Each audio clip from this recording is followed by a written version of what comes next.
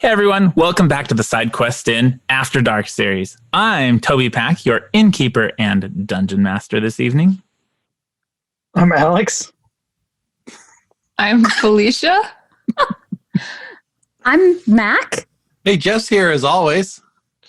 I should preface that they have these guys don't even know what we're doing tonight. They are here. We got a mysterious package left on our doorstep, and that's it. We did. So we're going to start with that. So Felicia made some packages. So go ahead and hold those up. Good luck. They're bags. They have, so Miss Pedersen, that has your last name on it. That's okay. It's Mr. Thompson. The world is dark. Do not open. It has the Arkham, the symbol, Eldritch sign on the front. They look so good. Go ahead. Just kidding, I didn't. Go ahead and open those. You're gonna need everything inside for the game. Yeah. So you're Let them see the backside. Look how cool that is. Opening. Yeah. Opening. The Eldritch Opening. symbol. Yeah. Opening. Be careful. I love you so much. Alex is going to be more confused than the rest of them. So far, I have instructions. Yep. I did write. It's apparently anti-Toby. Unpack. It is. Unpack. I unpacked. Alex, you're only gonna have one candle. Yeah, that's great. So these candles. Oh, okay. If you are able to, and you want to set them up and light them for this game, if you have a space that you can do that Safely. That's part of the game. You'll find a marker and you'll find 6 note cards. Whoa, don't give it away. I'm still unpacking. I'm so sorry. The note cards are hidden in a pouch. You guys want to know something funny? I actually have note cards right next to me already. That's funny. Perfect. Got extra. I got tons extra. If you need some, Yeah. just ask, and you can borrow some of mine. Okay, can you actually hand me one? Do you mind passing it to me? Thank you. Yeah. Oh, damn. I got to do it better than that. Okay, try again. That was good. Candles. Yeah. That was good. Felicia, this is so cool. Okay, so we have to light all these candles. We will light them as we go. So if you have them in a spot that's able, if you have that other I'm putting them around me in a circle. Does that sound dangerous? They're supposed to be lit as we go. Yeah, well, Not all together on. During character creation, we'll light them. It's probably not. Typically, you play this game with 10 tea light candles. When all the candles go out, the game ends and the final scene begins, and that's where everyone dies. But as the game goes, we'll be putting candles out. And also, there's going to be options when we're making our traits for our characters. You can, if you have a fire safe bowl, you burn the traits in the game and they go into the bowl and they burn up into nothing, or you can just rip them up. I wish we were in the same room. I know. This game is meant to be played in the same room in the dark with 10 candles in the center of the table. But we'll go through the lighting of the candles. So we're going to make about as good as I can do. So the first step is we're going to light 3 candles before we start picking traits. I'm going to step away and light my own candles. So give me just a second.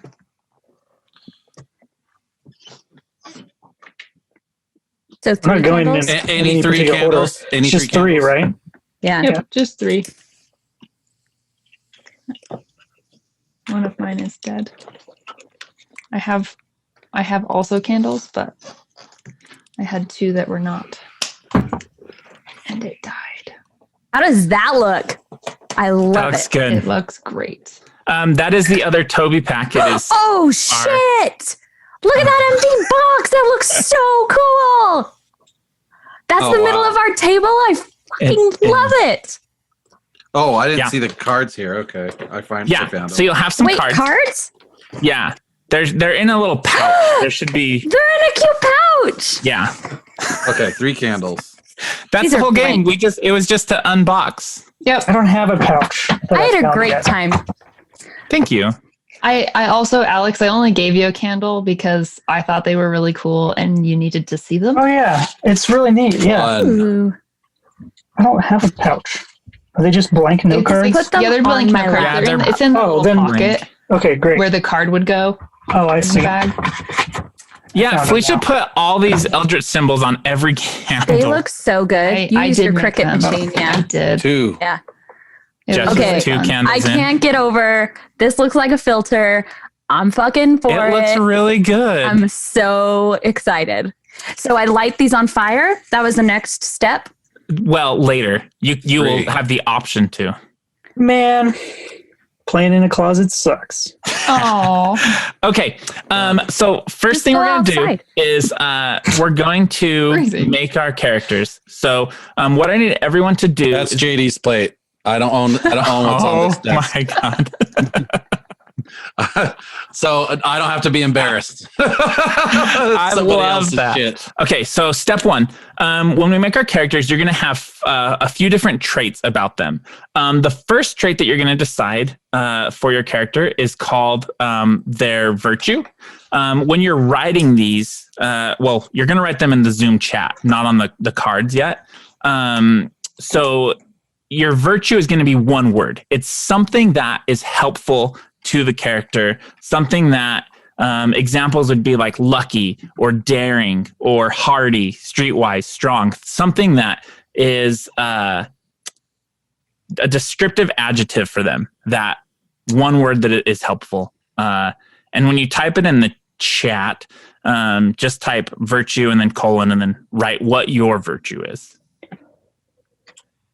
We just get one? One Right. virtue. Yep. Okay. Okay. Next, we're going to write a vice. Now, a vice is the opposite of a virtue. So it's a descriptive adjective that is negative or that's hurtful. So examples would be afraid, greedy, regretful, addicted would be a vice.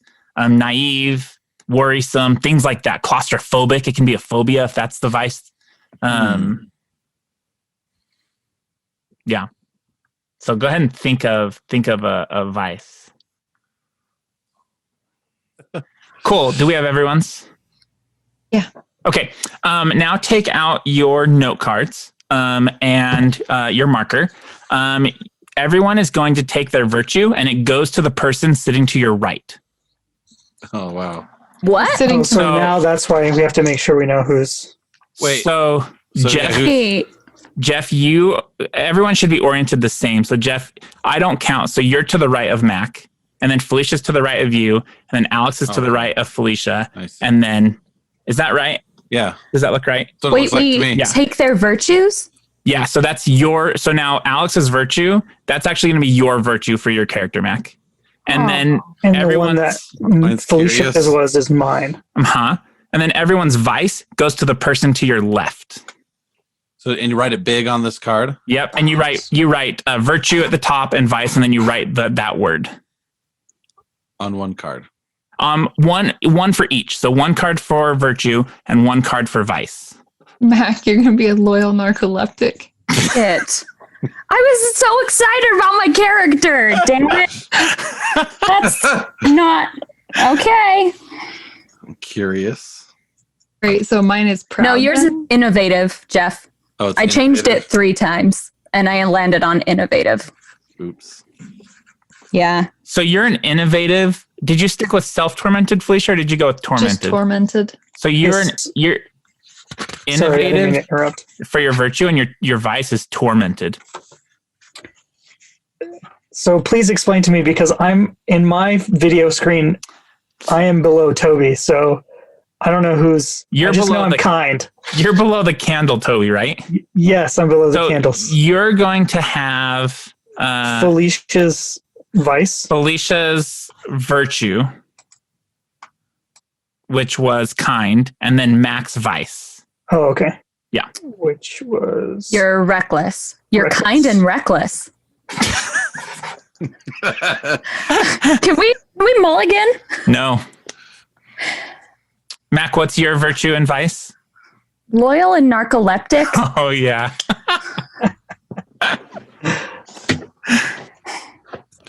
Okay, I'm tormented. We're tormented.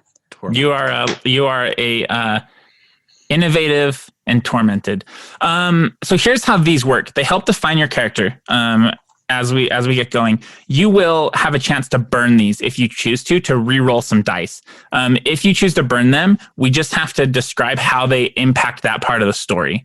So like, for instance, the narcoleptic, that could not come into play at all. Like, you know that you have it, but it won't come into play till you burn it if you want. And then something happens where you fall asleep and it made the scene successful, or something, some success came from it, or failure. Sorry. It could have been a failure too.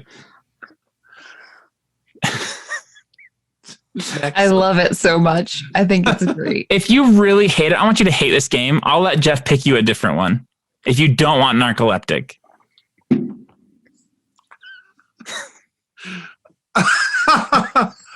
Oh my gosh.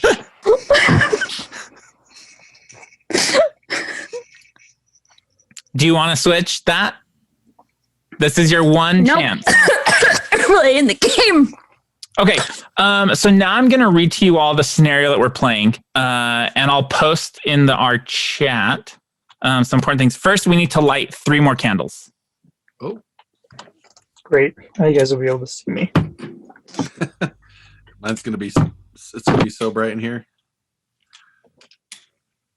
Oops, I forgot to show it like I did before.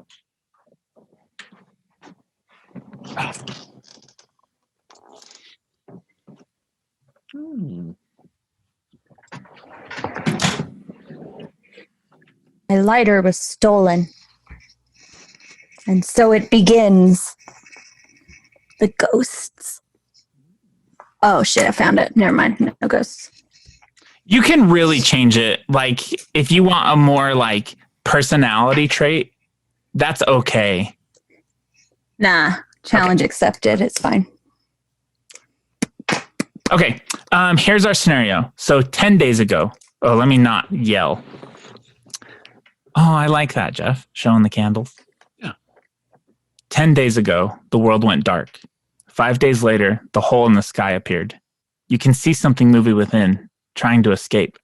Everyone has their own theory of what is happening, but no one knows for sure. They arrived after the sky opened, and slowly, people started disappearing. You and a group of survivors are trapped inside a library at the Miskatonic University in downtown Arkham. A professor at the school spoke of a ritual that must be taking place down in Southside. He said if he could stop it, things would go back to normal. He left 3 days ago and hasn't been heard from since. Perhaps if you could get to Southside, you could stop this and end it once and for all. What choice do you have? You are out of food and the generator has been struggling to keep the power going. You know they are out there, waiting for the dark to set in. Your only option is to leave. Try to find the professor if he is still alive, get to Southside, and end the ritual. Areas of note: Miskatonic Library, Miskatonic Science Building, Arkham Police Station, Southside Historical Society, abandoned houses, First National Grocery, and General Store. Now that you know the scenario that we're playing and where you're starting, the next step is to describe your character concepts that you have, since you have your traits and your virtues. So what I'm going to ask you all to write down or type in the chat. You need a name, what your character is called. You need, what do they look like? So if a camera was zooming in on them, what would the audience see your character look like? And then in a few words, who are they? What are they? What's their job? Kind of describe your character to us. So go ahead and take a minute and think that up. They have to be from Arkham? No, they could literally have traveled there for some sort of like science event at the Miskatonic University and got trapped or something. They don't have to be from Arkham at all, but they can be.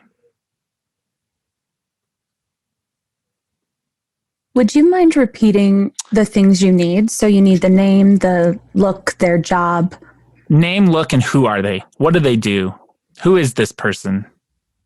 Okay, let's start with Alex. Go, and then we'll go left. So we'll go Alex, Felicia, Jeff, and then Mac. Okay, so what am I supposed to do? Your name, in character, you're going to say your name, and then your just brief description of your character. Okay, and I should only have 6 candles lit Correct. Right now, right? Yep. Okay. So I will be Eli Clark.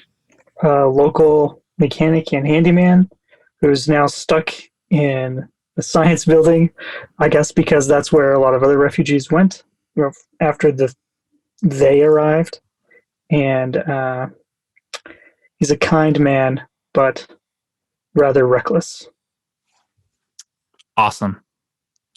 Felicia, who will you be playing? I'll be playing Natalia Schultz. She lives alone in Arkham, and she does contract work with a detective agency. She's a bit absent-minded, somewhat disorganized, but very proud and incredibly intelligent. Awesome. Jeff?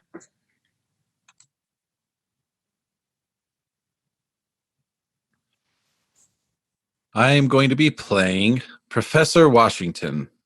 He is the night school drama teacher at Miskatonic University, and he is a man that has slicked back black hair, wears mask on half his face, and tells everybody how deformed and scarred he is underneath it. Constantly wears a trench coat and a cape, which is a terrible combination, but he considers it dramatic. Like drama upon drama. Like he just layers it on. I love it. And he is currently in the library because he's trying to find a bunch of stories to plagiarize to make his next newest play. Awesome. During this world shutdown and he's focused on writing his next play. I love it. Is he using this as inspiration? Yeah, of course. I love it. Oh, actually, he's probably isn't. He's probably that bad at it, but we'll see. That's hilarious. Mac, who will you be playing tonight? Hi, I'm Mac, and I will be playing Miss Nyla Larlene, and she's just a simple girl. She's a farmer, and she's extremely loyal because she has narcolepsy. See, she has to be taken care of a lot and watched out for. So people who watch out for her, she's extremely loyal to. She's actually here on a sleep study. She's been here about 17 days because apparently my sleep is real interesting. Apparently I dream about monsters or something, and they find that real interesting. But I don't know. I think tentacle creatures can be cute. Anyway, enough about me. I carry a frying pan around all the time, and I have my hair in pigtails because, yeah. I mean, you never know. I mean, good food brings people together, and that's why I carry my frying pan around. And I kind of fell asleep. I'm not sure where the sleep study people are or what really happened. So I just keep doing what I'm doing every day in the science building.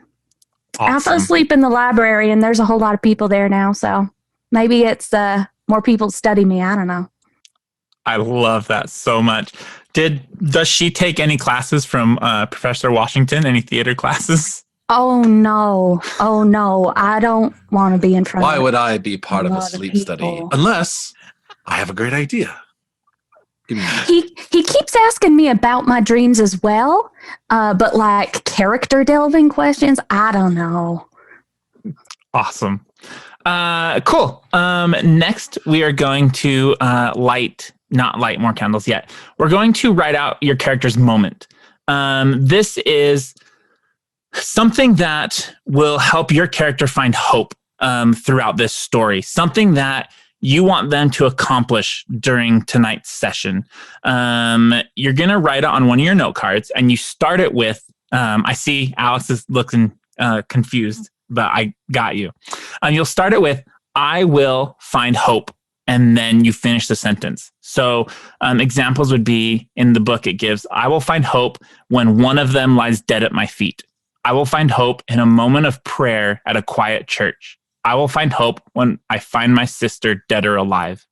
I will find hope in the contents of my stash back home. So something that's going to bring your character hope in the scenario that we have. So Jeff, an example for Washington would be, I will find hope when I discover my next big idea, or like something about the theater or something, or something innovative. Being innovative. Mac, it could be, I will find hope when I discovered the true meaning of my narcolepsy. Because you mentioned that like dreams of demons and stuff, or maybe that I will find hope when I discover if they are connected to my narc, or just something that will find your character hope. Does it have to be like a big thing, or like this person is susceptible to just being an optimist and hoping when, so like I will find hope when I see that I make a difference for someone. Like that's a tiny thing, but it can happen more than once. Or are you looking for like a thematic? That is perfect. If that is absolutely perfect. Okay. Because that is something that while we're telling this story, we're all going to be looking for opportunities to fulfill these moments for the characters. So that's a perfect one to include, because you're going to decide really if that moment is happening. When you are going to fulfill your moment, you have to roll dice and succeed at the dice check, or your moment fails. All right, Nyla, what's your moment? I will find hope when I find the source of my evil dreams. Awesome. Professor Washington, what's your moment?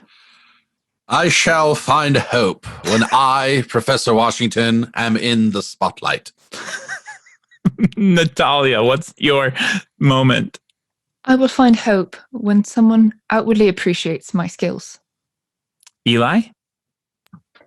I will find hope when I see the blue sky again. Awesome. Go ahead and light 3 more candles.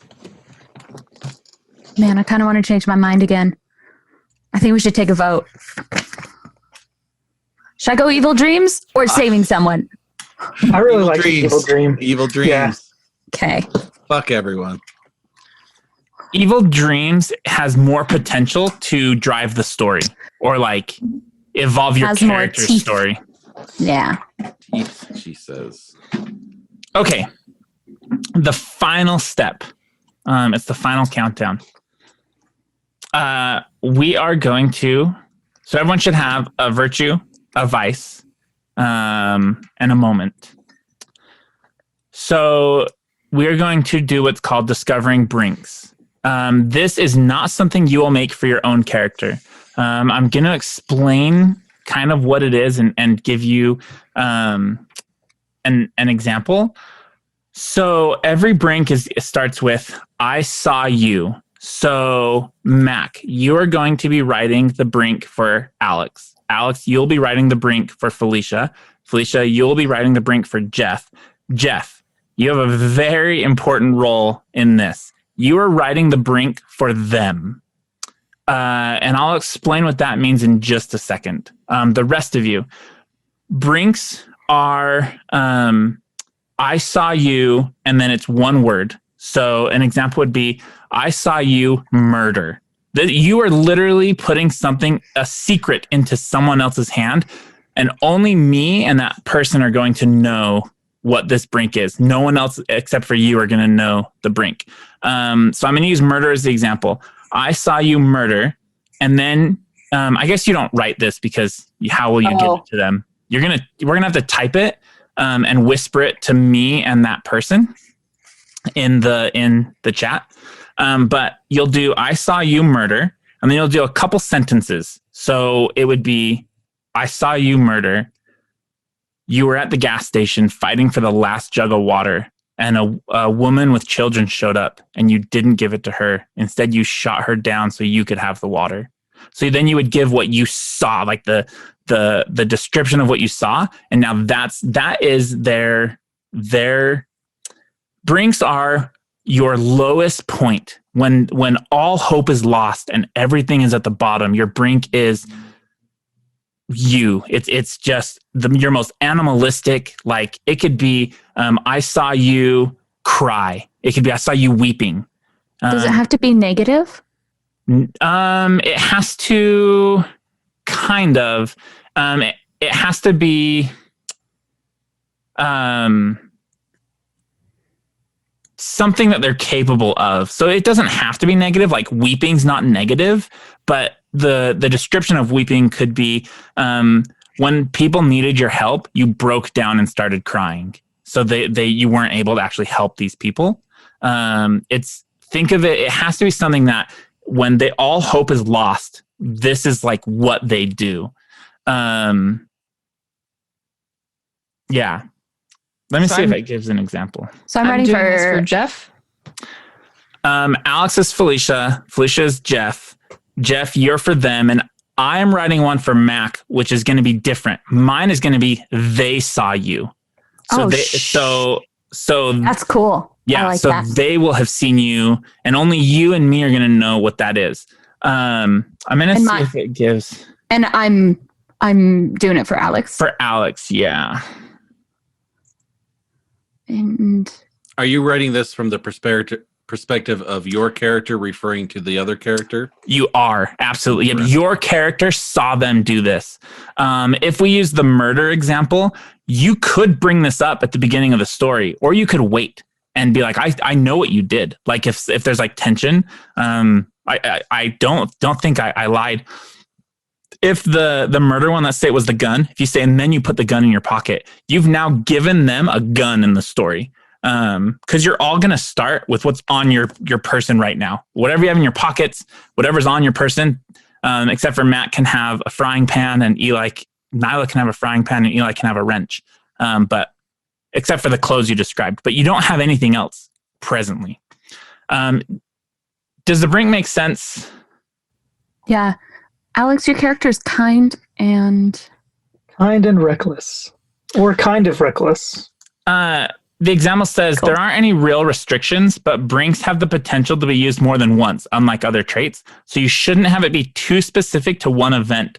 Just like with traits, a little more flexibility is for the better. For example, you could write, I've seen you play God. And then as a description on the card, you could write, I know that you're a scientist. I think you're behind all of this. That way you leave sort of open-ended, and the player can use the brink whenever they were doing something science-y. That being said, you could totally use brinks to establish things as being true. For example, I've seen you fire indiscriminately into crowds just to kill one of them with that gun you keep hidden. Now you've established that they have a gun and that they a little extreme. Aren't scared about firing into crowds of people to kill them. So, yeah. So it could be related to them. It doesn't have to be. Correct. Yep. Jeff. Yours, here's the example for brinks. I have seen you kill, abandon, rage, lie, hide, cry, sacrifice, betray, freeze, promise, collapse, fight, run. I've seen you destroy what you care most about. I saw you on trial before the world went dark. 3 dead, your family, you monster. I've seen you break down while we were on the run. You lost it over this dead dog. You cried for hours. I almost left you behind. I've seen you worship them. You didn't see me, but I saw you whispering prayers for them to spare your life. I saw them give you something, but couldn't make out what it was. So that is like crazy. That's super elaborate. Wow. You can get that elaborate. Wow, that's nuts. Jeff, yours. Go ahead, Mac. No, I just want to like take Alex aside and be like, okay, let's talk about this. Let's figure something out. You have to figure it out for him. He has no choice in this. Jeff, you're establishing something about them. So yours starts with, I have seen them. You can be as vague as you want or as specific as you want. You could say, I have seen them and they are vampires. I have seen them and who's them? That's the big enemy. That's the enemy. Them, like, yeah. Antagonistic. Yeah, the antagonist. You can say, I have seen them move like shadows. So now you've established that they move like shadows. I have seen them shapeshift in front of me. You can give them a power or start defining what they are. Okay. There's one rule for that. Yes. Brinks for them can only establish a strength, power, or identity. You cannot establish a weakness. That makes sense. They're only weak to the light. That's the only thing. So you could say, I have seen them. They have tentacles. Like whatever you want to decide, that becomes true about them. Okay. Gotcha. And then you'll just whisper it to me in the chat. Okay. Damn. Remember that these are your brink. These are when you are at your lowest point, is when these will come into play. So you guys did awesome. Okay. The next step is to Okay, so we're going to have to arrange stacks. And what this means is you're going to take your cards. You all should have 4 cards, I think. Is that right? The virtue, the vice, the moment, and the brink. Do I need to write the brink down that I was given? Yeah, you need to write the brink down that you were given. You don't have to write the whole thing. You can just write the word, like, I saw you word. You're going to arrange your stacks. And how this is going to work is classy. One of you has to have your moment on top.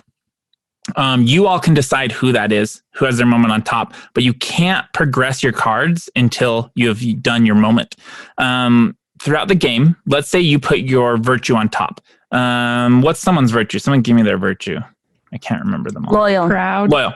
Okay, we'll say loyal. Let's say you roll your dice. If you get a 6, you succeed the roll. All you need is 1 6 out of your 10 dice, and then you succeed. If you get a 1, every 1, the dice disappear for the rest of the whole scene. So you'll lose dice that way. Let's say you rolled 3 1s. You can burn your loyal and get rid of it to re-roll those 1s. And then you have to, or I have to, add loyal into the scene. It doesn't have to be a part of the scene. It could be what the scene made happen, like some sort of loyalty or something. It just has to be brought into the narrative somehow. And then that card is gone forever. You're still loyal. It's still part of your character. You just can't burn it anymore. We're going to start. I'll explain rules as we go. It's super simple. Let's go ahead and light our last candle. You're the only one that has one, right? Or no, there's one more. I think I'm the only one that has a candle left. It's appropriate. I only have 9 dice, so it's appropriate I have 9 candles. Yeah, are we supposed to have 9 candles? Yeah, Toby has 10. And then we're supposed to have 9 dice? 10 dice, I think. I don't know. I was just given 10 dice. Okay. But Mac only has 9. I see. I get it now. Resources. Okay. It's okay, I don't have any. You were all gathered in the library of the Miskatonic University. When you started here, there were a lot of survivors. They started to leave one by one as food got scarce, as they wanted to go out, find their families, wanted to face them alone. Some of them gave up. They just walked out, hoping to have a quick death or keep walking until they got to the end of the world. All that's left is you 4. You decided you're going to go out. You don't have any more food. The generators have been flickering. You can hear them outside. You hear screeching, scratching. You know that once the generators fell, you're done. They're going to get in and they're going to find you. So you gather up what supplies you can find: a frying pan, a wrench, a cape and a trench coat, maybe a theater book, a script to take out. And you prepare to leave. Before you leave, you all get around a tape recorder in case someone comes back here and finds this and you want to leave your message out into the world. At this time, I'm going to ask each of you to, one by one, record into the tape recorder your character's goodbye message to this library, a message to anyone who may find this recorder, should you not make it back or should they need help. Whatever you want to say, go ahead and record your message to the world. Who wants to go first? I'll go first. Please. Okay.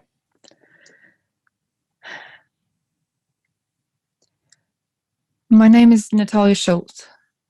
I'm 34. Lived in Arkham my whole life. We've been in this library for days now, and there's nothing left to eat. Everybody's scared, and I'm trying to keep a face for them. I suggested, along with others, that we make a run for it.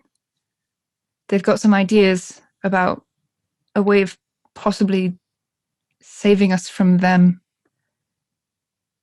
if we don't make it back and this is found.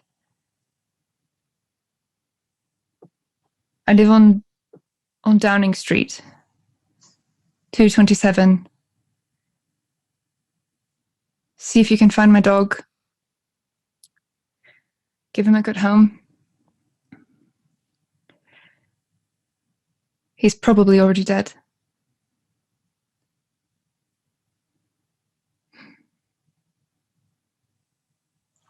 She just goes quiet. Who do you pass the recorder to? I pass the recorder to Eli.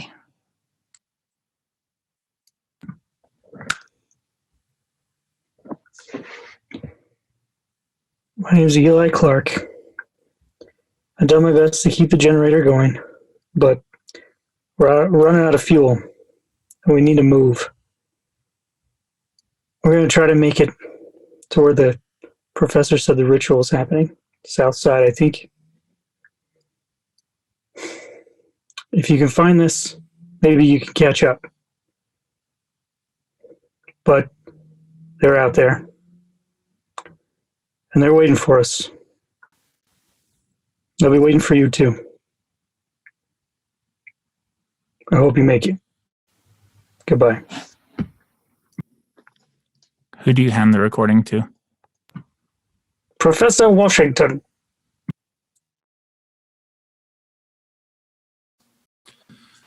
It is I, Professor Washington. I am recording my last words here, or possible last words here. Like the others have said, we've been in the library for days, and in that time I have read nigh every book upon the shelves, finding some with some strange and curious writings, some that drove me near mad, but that's besides the point. I believe that with my collected knowledge, I have come up with the world's greatest play, partly entailing the events of what is happening now, partly including tales of the many works I have read upon this here library. I have left a copy of it in the biblical section of this library itself. And if you happen to find this recording and I am no longer with us, please find the copy of it and write the ending that I could not provide it. And then also, I like to hear my voice, so someone take this away from me here. I give it to Nyla. Oh, thank you, Professor. Hi. Sorry. Hi. I'm Nyla Larlene. I'm 26 years old. Weird things are happening. I don't know who's going to be listening to this, but the sky opened and things are coming down. Yeah. They have to be getting help from somewhere. Just watch out, and they can even get to you in your dreams. So just watch your back, watch your dreams. And if I'm not here anymore, find Pudge, tell him to eat his greens, walk the dog, because I gotta hope he's still alive.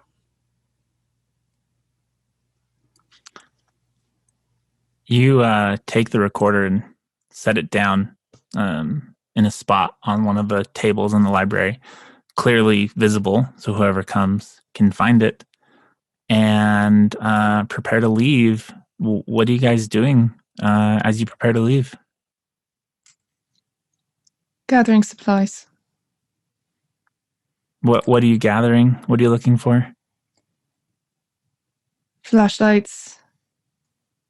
Warm clothes. Any kind of bag. Okay. I found schematics of the school here in the maps section of the library. Perhaps they could be useful. Who's looking for the flashlights and like the bags of supplies? I definitely am. I don't know if anyone else also is. Okay. Yeah, I'll help. like that. Okay. one of you has to choose to roll this. We're gonna enter what's called a conflict. This is where we're gonna find out if you find these things. Who wants to roll it? I'm scared. Yeah, Okay. let's let him do it. So you have Reckless guy. you Yeah. have 10 candles. Go ahead and roll 10d6 and tell me how many sixes and how many ones you roll.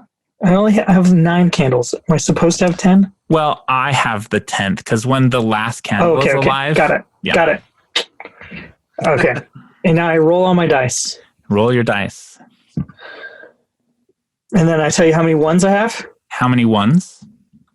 2. Okay. And then how many sixes? None. Okay. So you will have failed this check. Now you have an option. You're going to lose 2 dice from everyone's dice pool. You can burn your top card or rip it up in your case to re-roll your ones if you would like to. Oh, okay. And then I get to re-roll those 2 ones to see if I get 6s that are successes. Correct. And if you don't roll ones again, you don't lose the dice. Otherwise, we all lose 2 from You our all pool. Lose 2. Yeah, you all share a pool of dice. If you don't succeed at this, you won't find flashlights or bags. You're gonna fail your check. We'll describe how that goes. But you'll also lose 2 dice. Well, golly. I don't know. What do you guys think? I don't know, your top card. Yeah, what's your top card? Is Did we know actually that? it's my reckless card. Okay. I think that's worth burning. In this case, seems like And it could Just be a good just story. for flashlights and bags? Well, yeah. I mean, I don't know what the stakes are really. Oh, yeah. Remember Yeah. that they don't like the light. So that would be okay. All right, I'll do that. So I'm going to Okay. get rid of my top card. Okay, so you're gonna rip up your card. Getting rid of it. Yep. Getting rid of that card. That's still a part of your character. You're still reckless. That is Sure. just what you're using for this. So go ahead and re-roll those 2 dice. Okay, I got a 3 and a 3. Okay. So you're not going to lose any ones, but you do fail this roll. You all see Eli going through this library, maybe the school, looking for different items and things like that. He can't seem to find them. He pulls out his wrench and he starts breaking shelves, throwing open drawers, just making a ton of noise. As that happens, you hear the generator starting to shake really bad, and the lights start to flicker. Because early on you failed, the scene is going to end. So we need to blow out 1 candle. And I'll describe what's going to happen.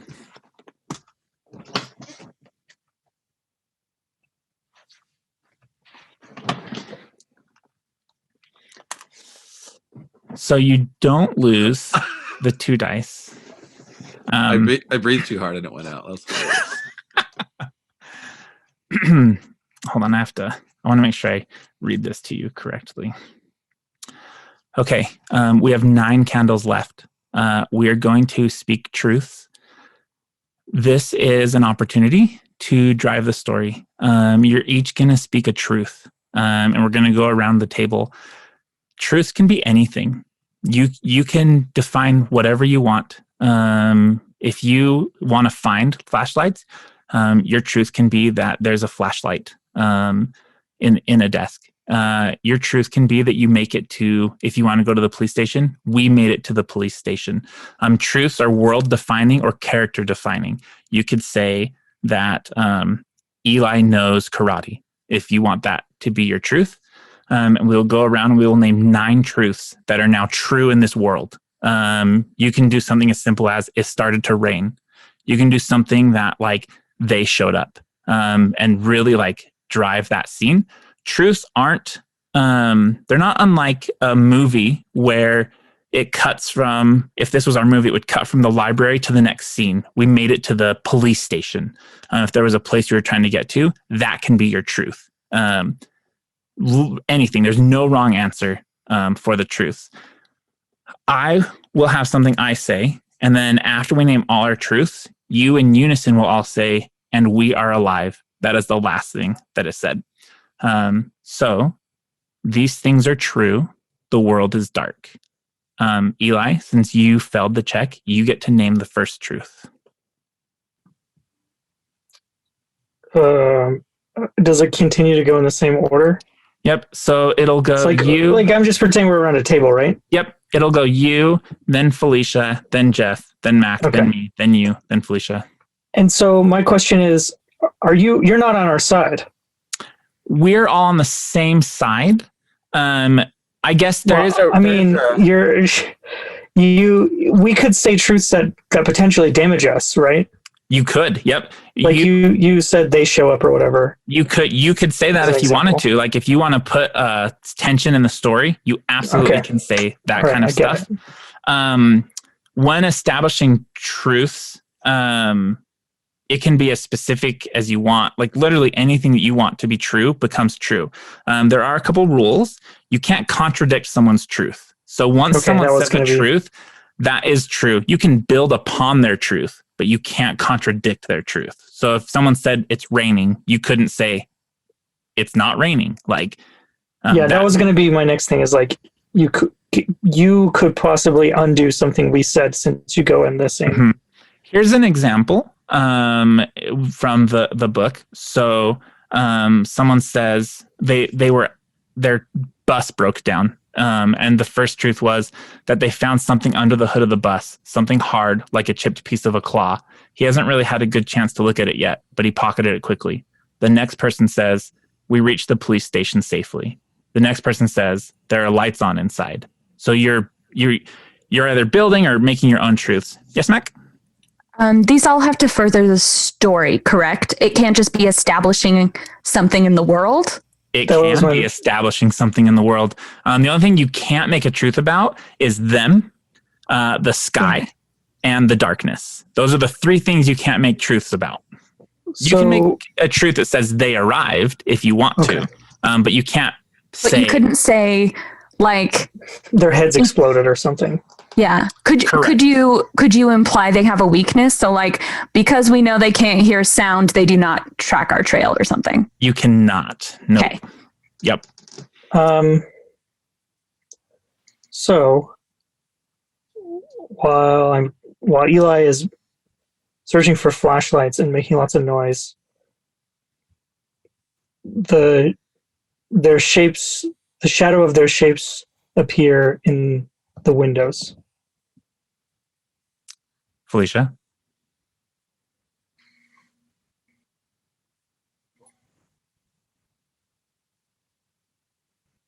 While Eli is searching through everything, Natalia reacts and realizes the noise is not going to be good for us. She finds a back way out of the building. Awesome. Jeff, Professor Washington. Let's see.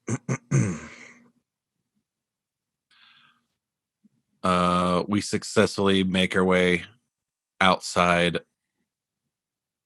of the university grounds, only seeing shadows in the distance.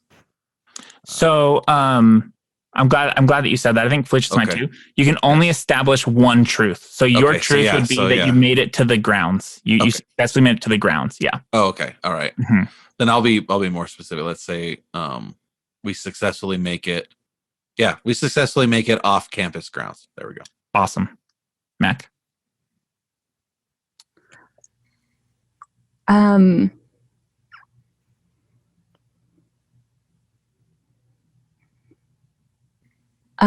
As we leave the campus grounds, we find an abandoned car that looks like... No, only one thing.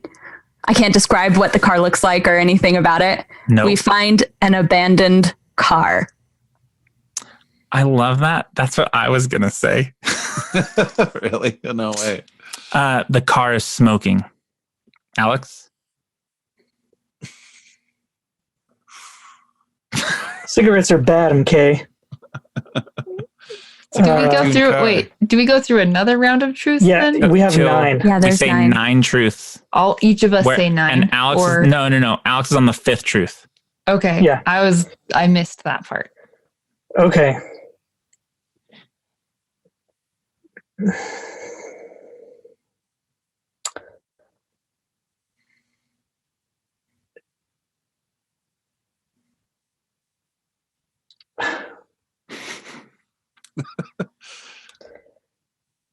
Can I say something like, can I automatically succeed at something?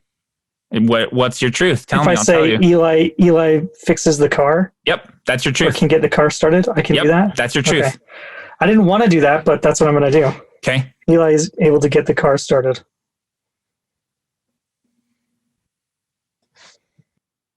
Talia finds a flare gun in the glove box. That's cool. We successfully make it to the police station.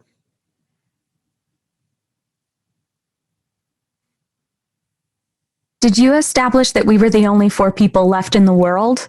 Is that just what we think, or was that established? That's what you think. We make it. So Jeff's was, we make it to the police station. Mm-hmm. On the 2nd story window, we can see a hand writing a message in the window. Awesome. And then you all say, "And we are alive" at the same time, hopefully. Wait. Isn't there one more? No, that So was if I 9. was- 9. If I was 5, 6, 7, 8, there's one more. Oh, you're right. Wait, but Wait, you if- started. If I did the 5th one, so 1, 2, 3, No, you did 4, the 6th 5, one. You did the 6. I 6th did one, do the Alex. 6th one. Toby I was was- the, I was- okay, you're right. Yeah, You're right. I was counting wrong. Okay. Now I'm ready. We You say all- we're alive, Oh yeah. And we are alive. and we are alive. Okay, Mhm. we'll get this next time. Count us down, Felicia. Yeah, count it. And we And are. we are This alive. is so bad. Okay. And thanks for tipping your bartender. Yes, exactly. So let's just do it on 3. And we And are. We are alive. All alive. Great. That's great. You're Uh, faster, Felicia, because you're anticipating it. I know. You You're like, and we are, Yeah, you're Yep. still going You're up. right. You're right. but we love you and thank you. we'll get it the next round. You all arrive at the police station and you see the hand writing a symbol. Your car makes it there. And you can, as you arrive, who's driving the car? I assumed Eli was. Probably Eli. He fixed Yeah. the car. When you get to the police station, Eli, the car is nearly out of gas. If you don't get a gas station, you won't have a car anymore. But you are at the police station. Can't believe we made it here. I barely know how to drive. Onto a car mechanic. I'm sorry, you don't know how to drive? Hey, I just fixed them. I don't use them. I only know how to drive a tractor, so I get it. We're going to need gas soon. I should have taken some from the And generator. you know what gas is? You know, I I've don't done know. my... Oh, go ahead, sorry. I know what gas is. I just don't know how to pump it, okay? Well, I know how to siphon it from another vehicle. We used to do it all the time. That's actually a great idea. I'm sure you're great at sucking things through a hose. I'm not sure if it's helpful at all, but I do contract work for the detective agency here, and I actually have a card to their pumps Oh, for that the would cars. be great if you could get us in. Well, hopefully they can help us if there's any officers around. It looks Also- doubtful. Well, Are we can't stopping at stop. the police station, or are we just going straight to the south side? Because there's something We won't happening make on it. the 2nd floor. If we don't get gas soon, we won't make And it all do the way. what there? I can't stop anyone from their religious practices, but the police sure can. Mm. If you Um, turn in here, I'm pulling in see here. if my card still works to get into this gated area. I'm doing it. Awesome. You pull in. What are you all doing? Are you all getting out of the car? Is one of you filling it up? I think that Natalia is going to get out to try to see if her card will give access to this area. Perfect. Let's roll a conflict, please. Roll 9. So here's this. You guys burned a candle pretty quick. But I'll explain it. Felicia, roll your dice first. You're welcome. 9, right? Yeah, I rolled 1-6 for the record. I don't know what that means. I'll tell you when I see what you roll. I have no 6s. 1. Do you need all the other 6s? numbers? Are you serious? Yeah, I have 0 6s. I have 2 5s, 2 4s, 3 3s, a 2, and a 1. Okay. Would you like to burn a card to reroll your 1?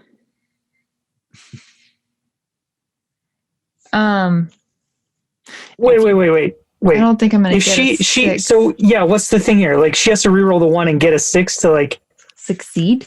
what does We only that have mean? one chance. So Yeah. it means One that dice. it means that this scene is gonna end again. We're gonna blow out another candle. Yeah, because so even if she did get a 6, we wouldn't succeed, right? You would succeed. Mm-hmm. Okay. You would. If she got a 6, you would absolutely succeed. Okay. I don't think I'll get a 6 with 1 dice. Yeah, and Got a we're 1 in able to 6 shot. re-roll all of our ones. All your If we ones. burn that card. Mm-hmm. Oh, What happens when I lose all of my stack? Nothing. You just can't re-roll anything anymore. You may die with your brink card because it gray. You could, yeah. You could. You can also opt to sacrifice your character if the moment feels right. I don't think I want to burn this paper, this whatever they're called, because I honestly don't think I'll succeed. Right. That's I would fair. rather use it for an opportunity where I feel like I could succeed. We're Okay, still that's a early good in the story. choice. I don't think I'm going to murder her yet. I'm gonna warn you that this game escalates real quick when you start losing dice. So we're gonna blow a candle out, and this scene at the police station is going to end. So let me go blow a candle out. You're gonna lose the dice anyways. Are we supposed to? We're supposed to blow one out too, right? Yeah. Do you don't want to burn it? It's okay. Well, if I do and I don't get a 6, we're gonna have to burn it anyway, right? Yes. Yeah, And that's let's just. Okay. It gives me one opportunity to keep it, I guess. Get a drink real quick. Okay. yeah. I don't think. I mean, from what I've gathered, I don't think the odds are in your favor to win this one. No. These things are true, and the world is dark. We have 8 truths. Natalia, you are first. Oh, hold on. I got to describe the scene. Natalia goes to use her card, and there's no electricity anywhere, so it just doesn't work. She tries to get the pump to get some sort of gas out, and it's clearly empty. There's no more gas in here. You look around, and most of the police cars are gone. It looks like they had filled up beforehand. The world is dark. These things are true. The world is dark. Natalia, please give us the first truth.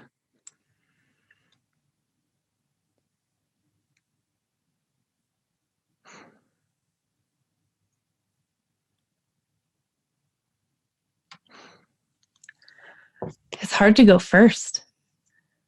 Would you like me to go first? No. Okay.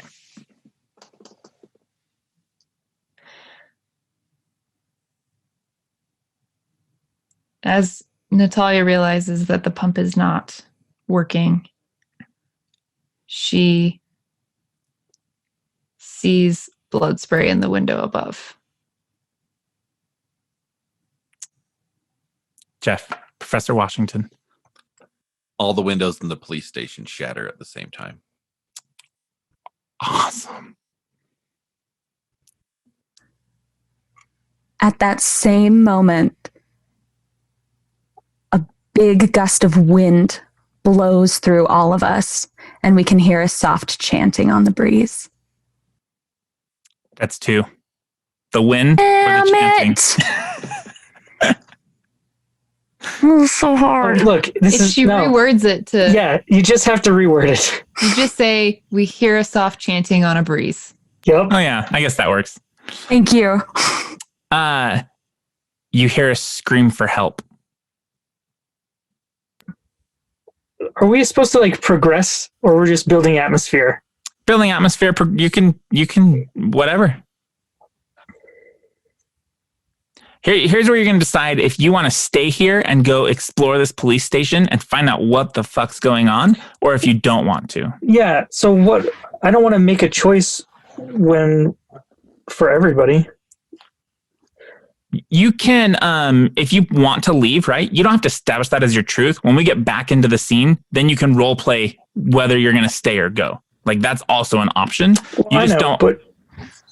But I guess my point is like we have the opportunity to just, like you said, cut to a new scene if we so desire. Yeah. Remember, So- we're Okay, building so a maybe- story. So maybe the truth could be just illuminating a path out of here. Yeah, you could. One of the cop cars could be running. Okay. I'm hemming and hawing over it because this is my one truth this scene. Right? Because I counted. I get one Is it? shot. Yeah. Yeah, I don't overthink it. We definitely don't overthink. Oh, well, you chose the wrong person to play this game. If that's okay.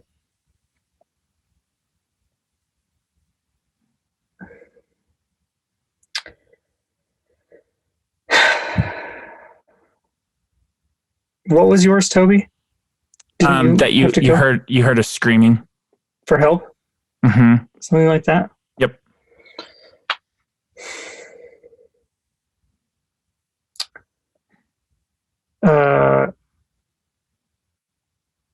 Can I say something like, through the broken windows, Natalia sees several flashlights in the police station. Yes.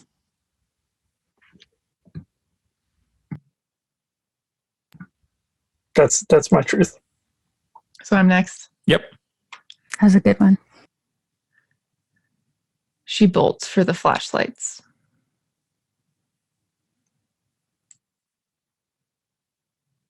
So does that mean we're all inside or just her? She's currently bolting for the flashlights, so she hasn't gone inside yet. Oh, okay.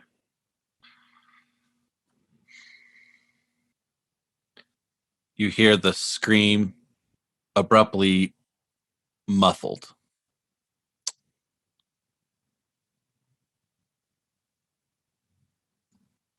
Nyla, last truth.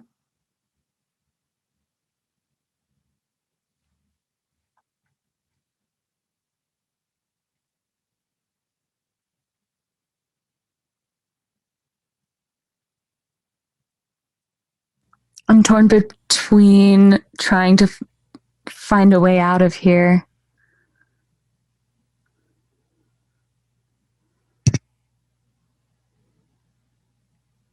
Absolutely leaving an opening in case you need to leave. Mm-hmm. You could do the police car. One of the police cars is running. Okay, Or so what I have a question about. Go ahead, Alex. A helicopter lands. Yeah, I was just gonna say there could be an impound lot, right? There could be other cars for impound or something like that. What's your question, Mac? My question is: we're at a gas pump, but we're also at we're also at a police station. Yeah, So it's their like a like gas station. It's- Is there like a? it's their personal gas pumps for their vehicles for the police cars. You ever seen a police officer fill up at a pub? They don't. They have their own. They have their It's- own. Yeah, it's not one of those things you'd think about until you. Hey, you learned something new. Yeah. I love that it's like a police station. That you cracked me up. But the gas is empty. Or We have gas established station. that. Hey, I just want to make sure.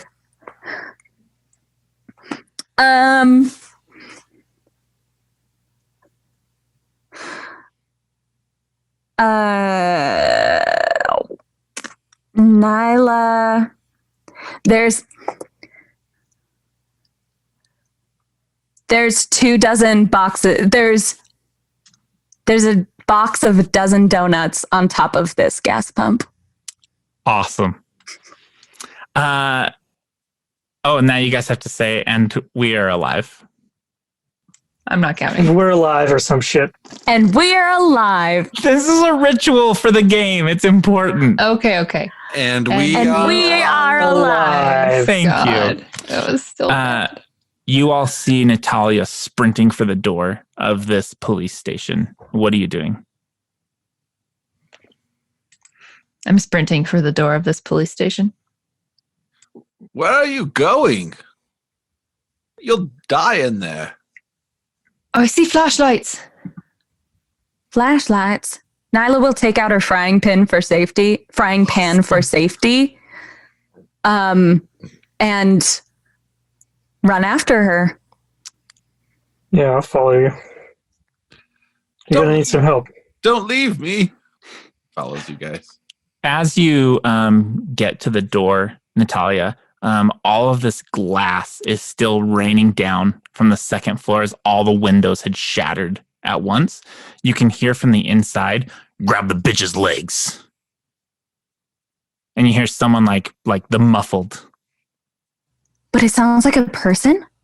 You hear a person inside. Yeah. I can't see anything yet. No, because on the second story. Natalia, so I see the flashlights on the second story or the first story? The second story. They're like shining. Oh, that is not what I pictured. Not what I Yeah. pictured either. Who gave that truth? Was that not the truth? No. Go ahead, Alex. I meant she like saw flashlights on a table. But you said she saw flashlights. I guess. You see But- flashlights up on the second story. That is where we're at now. Nah, I don't think we should go in here. Someone's hurt. We have We're going to be save a hurt. damsel in distress. Absolutely not, we don't. We have to stop a ritual. It's saving the world or saving a person who's probably already dead. Help! All right, they're alive. Can I see anything through the window on the first floor? Is this? That's a good question, actually. Is this something I can narrate that I see? No. Okay. So roll me a conflict to see what you see through the first through the first window. So you have 8 dice.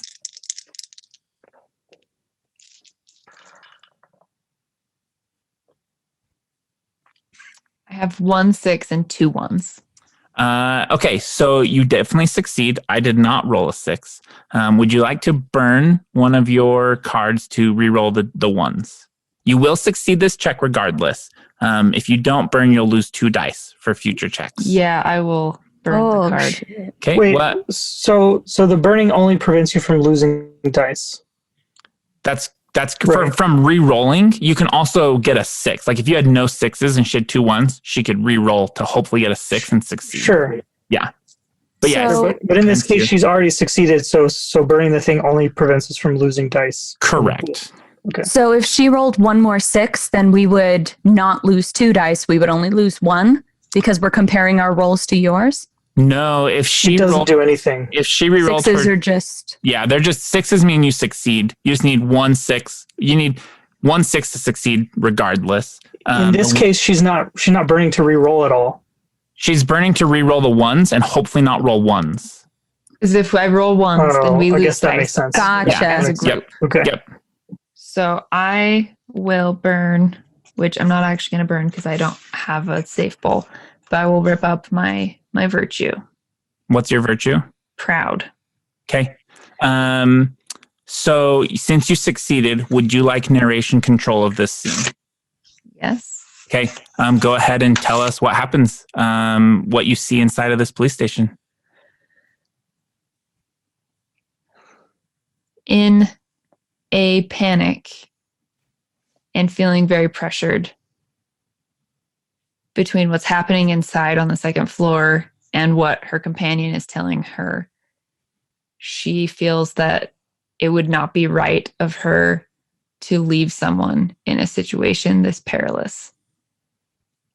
she looks through the window on this first floor and sees the armory room just to the side of the door that Awesome. has supplies. So awesome. That's what you see. So now we can just continue.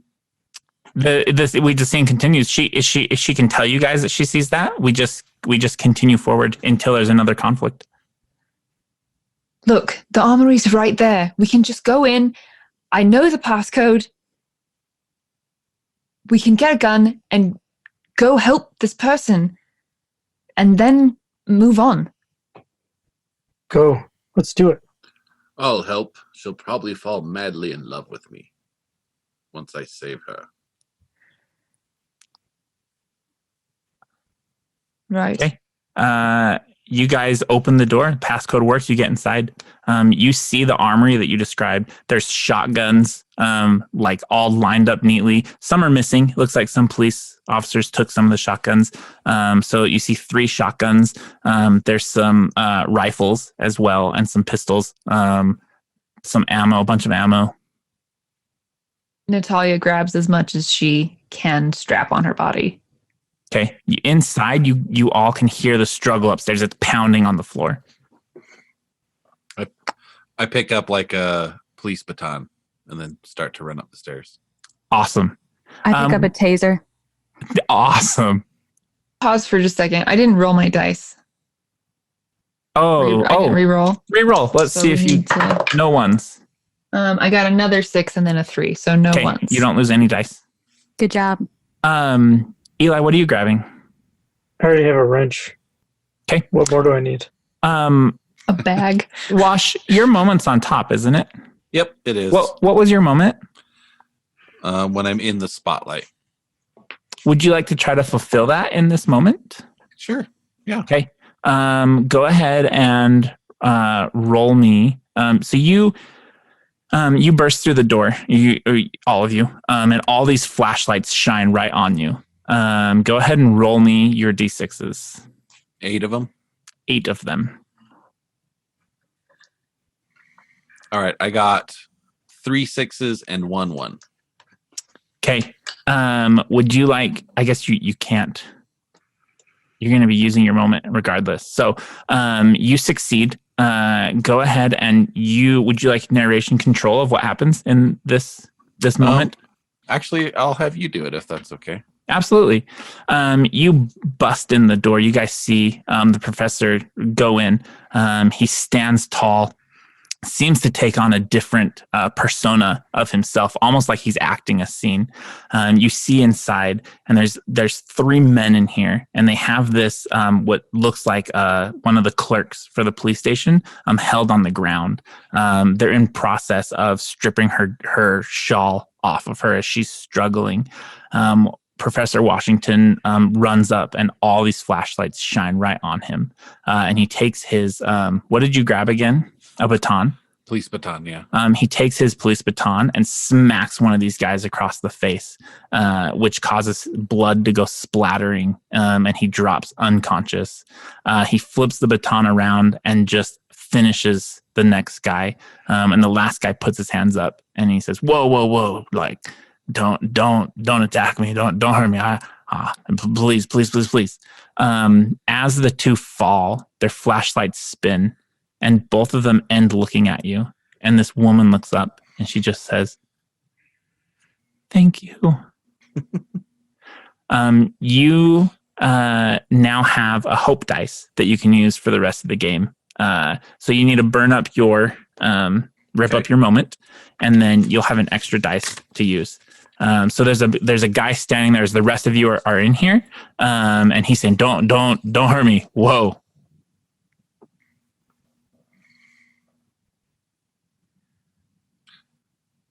Run away if you know what's good for you, or I'll give you what for.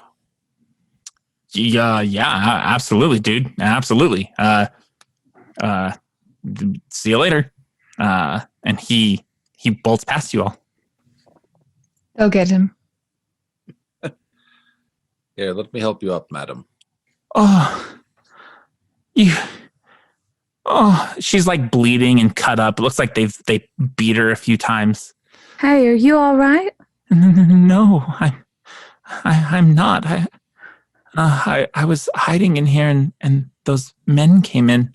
You got here just in time. Do you have any supplies? I have some sandwiches. That'll do. It's not safe here. Where are you guys from? Where I didn't think there was anybody left. We were holed up in the library, but at the university, but we're trying to get to Southside. It's the only way that we think we can stop this. And she gestures vaguely towards the sky and stop them. Our vehicle ran out of gas, and we can't seem to find another or refuel our automobile. Hey, I have a question for you. She kind of gets down on her level. What do you know what that symbol was in the window?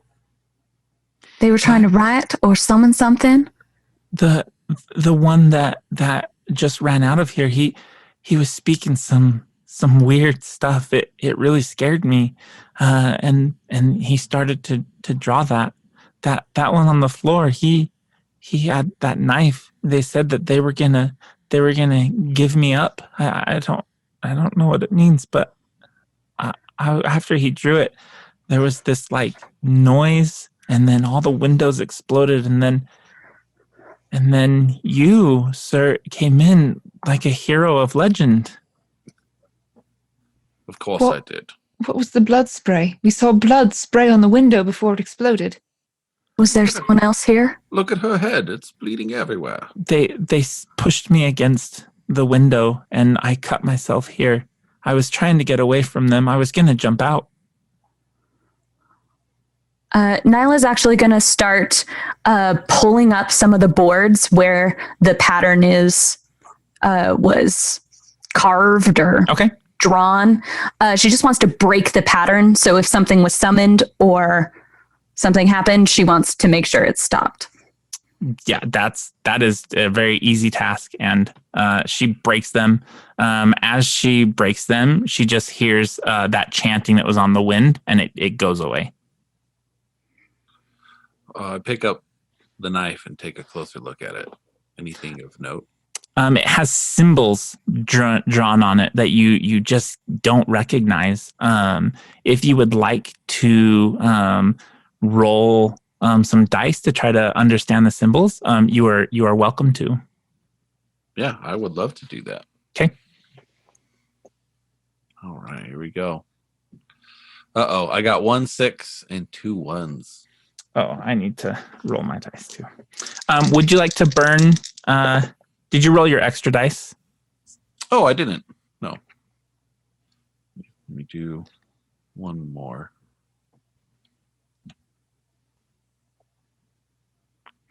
So I just added a 2, so nothing. Okay.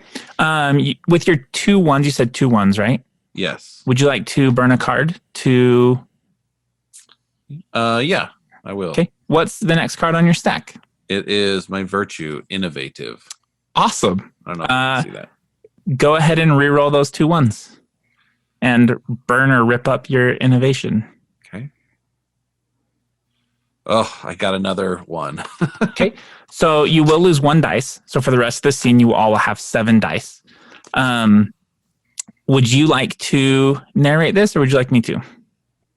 Let's see. So having narration control, you literally drive the story for this success. You will decide what the symbol means. The story becomes in your control for whatever you want it to be. So I was successful. I know what it says. You just need 1 6. 1 6 is a success. Oh, great. Okay. Yeah. And then you have to tie in your resourcefulness or your innovation into the narration, whether as part of your success or as a result of your success. Okay.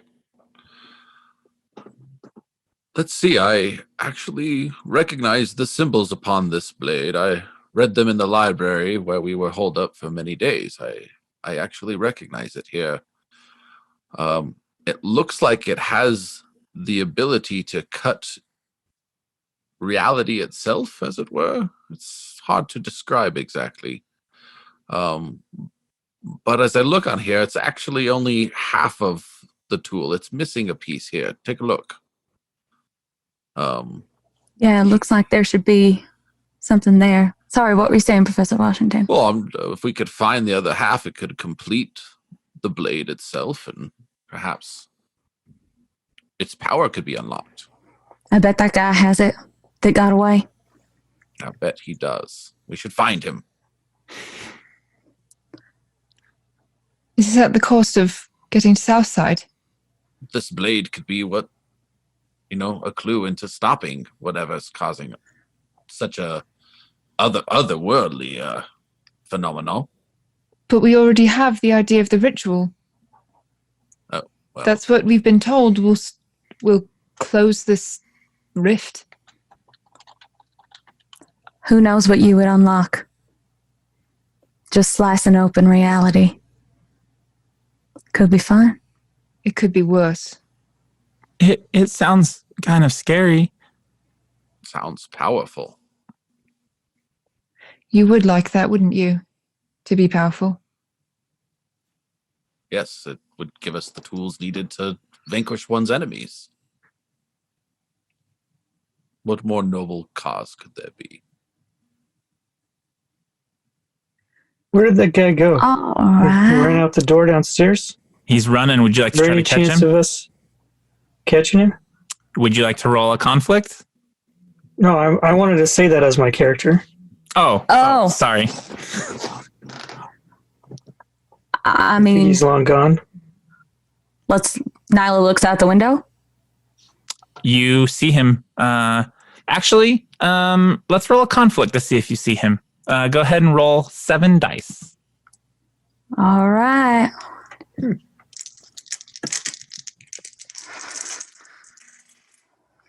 Six, 6, 6, 4, 1, 1, 2.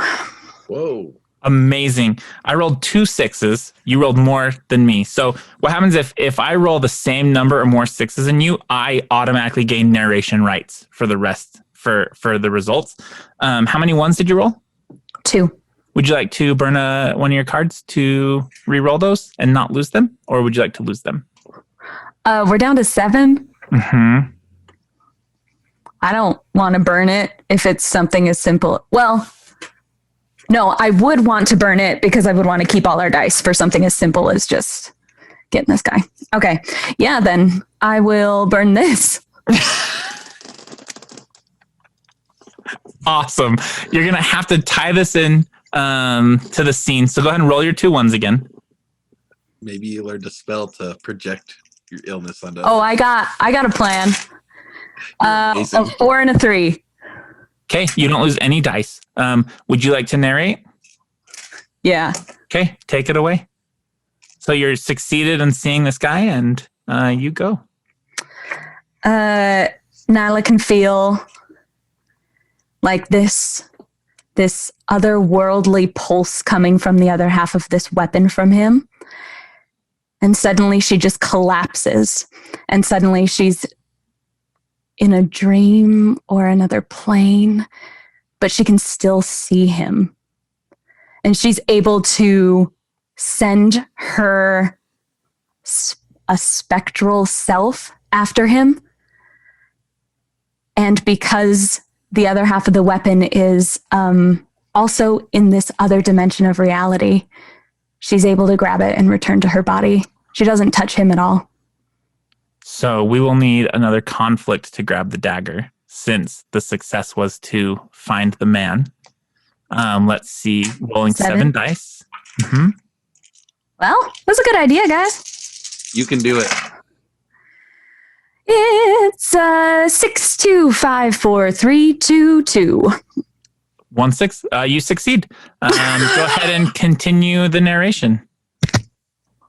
Oh, I was just going to grab the dagger. She grabs the other half of this weapon, kind of in confusion, heads back to her body, but as she's trying to get back into the other world, she feels a presence watching her Awesome. She then wakes up with a start. You all see Nyla wake up. Nyla, the woman is over you. Are you okay? You passed out. No, it's just sleeping. But I got the other half of the weapon. You see it. It's in her hand. What? What a kind of trick is this? Some sort of sleight of hand? That's why they wanted to study my dreams. Pretty crazy, right? I don't understand what you mean at all. How did you get that? Are you one of them? No, of course I'm what not. just happened at all. That's why they wanted to study my dreams. That's why I'm here. They shine a flashlight in her face. All right. What are you looking for there, Professor? She's been with us for days. There's no need to be suspicious. Well, anything could have possessed her on her way out of the university. Professor, you said it yourself. The blades are other dimensional. It's not out of the realm of possibility that she could have obtained it in her sleep. Don't you agree? I suppose. But no one should have the ability to make things appear out of midair, especially when they're on another person. She could steal from us at any point. No, I wouldn't do that. And I didn't even touch that man. This was in the other reality with me. This was in my dream with me. What? I couldn't take anything else. Here, just give me the other half of the dagger. Or you should give me the other half of the dagger. It's all right, Professor. Just hand it over. I don't think we should trust someone who has spell-like abilities just off the bat with such a weapon. We should give one half. We should give both our halves to either Eli or Natalia. What if she's one of them? She's not one of them. Fine. Thank you. Yeah, Thank Eli, you, you're good Eli. at fixing things. Yes, you are. You want me to take a look? No, you see Nyla kind of shy away. My vote's for Natalia. Whoever we choose, we should do it quickly. Professor? I already gave my half to Eli. It is of his possession now. You get You want her to look at it? I'm not going to fight you over it. Here. Take it. You give it to Natalia? Yeah. Okay, she'll take it, and she'll I'll reach also out give it for to the other Natalia. half. So Yeah. she has both halves now. Mm-hmm. As you go to reach for the other half, it leaves your hand and connects into the dagger, forming it whole. Whoa! I didn't do that. It just happened. They're attracted to each other by some unknown force. She tries to Professor, feel it. Magic, don't you Does know? does she have any sort of feeling Magic's about not it? Real. Only the magic of theater. It's only the magic of magnets. Eli, as this happens, you hear suddenly screeching outside, and it's coming from all directions. Rah, rah, rah, rah. So it's not human screeching. Not human screeching. Sounds like we gotta Take it go. apart. The building you're in starts to rumble. You can feel a rumbling. It's very light, but it's starting to get worse. Quick, Natalia, use the blade. Cut Yeah. the hole in reality. Natalia slices the blade with purpose, intending to cut through the world. Nyla screams. Roll me a conflict, Natalia. Oh my gosh, this is crazy. Oh God, I got a 6 and I got a 1. Everything else is. I did Other not get a things. 6. Would you like to burn to reroll the 1 or leave it? Oof. I think this actually fits. I already have a success, so it's likely that I could save us a dice, and I think this is kind of a cool one Okay, what is it? to burn. Is anyone's moment up now? Not yet. Okay. Mine is. And what was your moment? Remind us. I'll find hope when I find the source of my dreams. So I think we're headed right there. Awesome. I think we are. So my vice that I'm going to be burning is absent-minded. So Awesome. as she hold on, let me rip this first and then I will. And re-roll the 1. Yeah. I got a 4. So we don't lose the dice. As Natalia is sitting there hearing the screeching, she instinctually reacts and starts cutting the air, feeling like it's the right thing to do. And as she's doing it, she hears the professor say, Natalia, and basically do the thing she's already in the process of doing. And she absentmindedly rubs the blade. She has these nervous tics and she just does these little actions. And so as she's rubbing the blade, she can feel the choice of where she wants to go. And so she cuts through and almost chooses what place she feels would be the most safe. And it ends up cutting a portal through to her home in Arkham. And she opens this rift for everybody to hop into her home. Awesome. Do you step through? Was that part of my roll? Because I was just rolling to cut through the world, right? Yeah, that was just rolling to cut through the world. I successfully did that. So what? Who are you people? Amazing. Time to go. I'm just a contract detective. I don't know how he did this. That's my house. I push her through. I'll jump through. I'll take up the rear. Do I go with you? Do you want to be safe? Yes. Come on. She Come grabs with her hand. us if you want to live. She jumps through. I would like to have one of you roll the conflict for going through this portal for the whole group. Who wants to roll it? Eli. He hasn't rolled one recently. Yeah, all right, Eli. I agree. Give us. You have 7 dice or 6 because you didn't roll a 1 again, right, Felicia? So you have 7. Yeah. Okay. I have 8 dice if we really want to succeed. Or have a better chance, I should say. I think it'd be fun if we got caught in the other world too. Whatever. I got a 6 and no 1s. Hey. I got 2 6s. So you have a couple options. I get narration control. However, if you would like to blow out a candle, you can rip narration control from me. No. I mean, I don't understand the stakes of that. Like, if you wanted to control where the story went, you succeed. Don't need to blow out a candle for that. Yeah, you succeed, but you all step through this portal into. You see this house on the other side. Professor Washington pushes Natalia. She stumbles through. As you go through, you feel this warmth and vibration go over you, and you see this cosmos stretching out. And it's mind blowing for just a split second, and then you're suddenly in this room.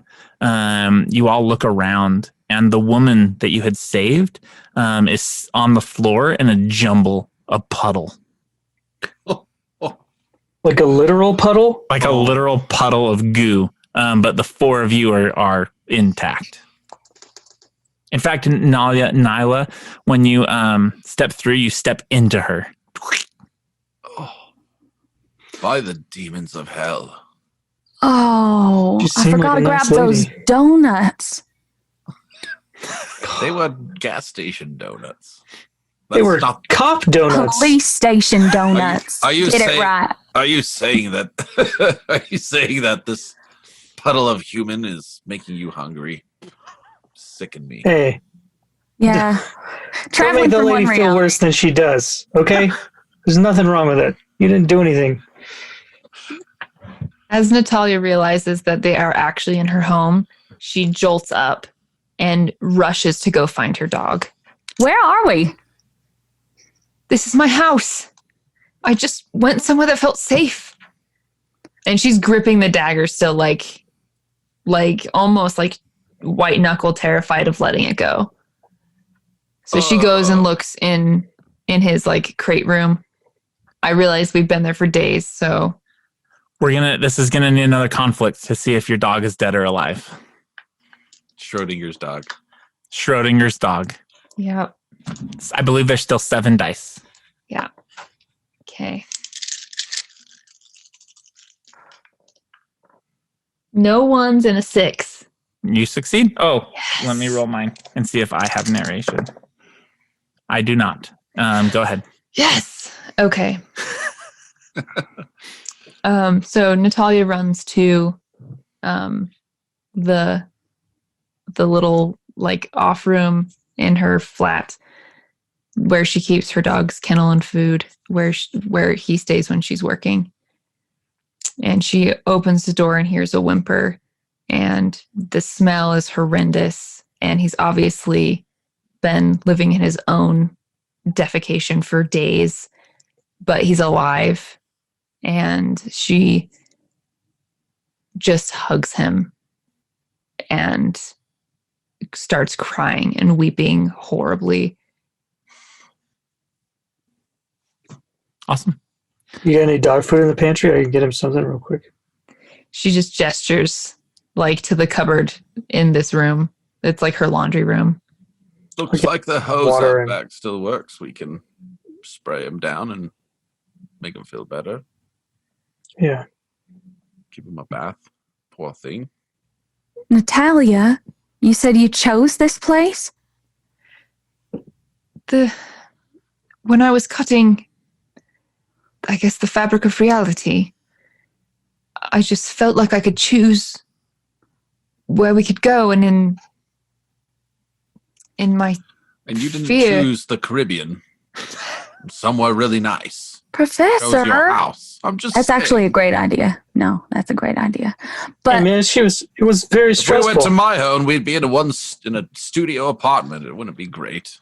well, maybe we could decide or choose or will it to be, get to that ritual and we could just stop it. Yeah, she got us here. She can get us there. Yeah. Do you want me to do it again? I'll do it if you don't want to. She like shakily hands the dagger over and just like clutches at her dog. Awesome. So you're gonna try to open another portal Yeah. to where? That's a good question, I guess. Areas South. no. Yeah, the South side. It's the historical society we're trying to get to. Yep. You don't know exactly where. You just know that it's in Southside. Yeah. Okay. I remember Yeah. the South Side was part of it. So maybe was- pick the It's safest going to be area. underneath the hole in the sky. Is that where this is at, or Mm-hmm. okay? I'll try to imagine South Side as admittedly a clothing shop there that I quite enjoy. The tailor there is just masterful in their craft. All right, here we go. Fine Yeah, it's- linens, crew cuts, double-breasted suits. Okay. Conflict dice roll. Yep. I get You 8, have right? 7. Oh, you have 8. You do get 8 because of your hope dice. Yay, hope dice. Ooh, hope dice worked. 4 6s and no 1s. 4 Ooh. 6s. Holy Yeah. shit. And 2 Dang. 5s. So I did really good. If you want Yeah. to count quantity. You succeed. Would you like to narrate? Yeah. Go for it. Oh, after the knife is finished cutting a hole in reality itself, you can see that you're in the Southside Payless shoes. Damn, I was a store off. It looks like. I hate this place. Oh, the smell of cheap fabric and rubber soles is terrible. Let's hurry. And we all. I Yeah. guess that's it. You make it there. Look inside of this pay less shoes store. You see a clerk laying on the ground face down. Oh my. Hey, you okay? There's no response. Can I flip him over? Yeah. When you flip him over, his face is gone. Oh my God. Gone. Like he doesn't have a face, or like his skin has been removed? It's like it's like he doesn't have a face. Like his skin is like a solid canvas. Yeah. Over his. God. I love it. Eli, what do you think could have done something like this? I don't know. You just see More Professor magic? Washington touching his face. Pale as a ghost. Handsome as ever. Professor. I don't know. This is more magic. No sort of machine could have done this? Not that I've ever seen. We're literally cutting holes in reality. Anything is apparently on the table. And then he like grabs a pair of loafers and vomits into them. Oh, gross. He can't stand the idea of a faceless person.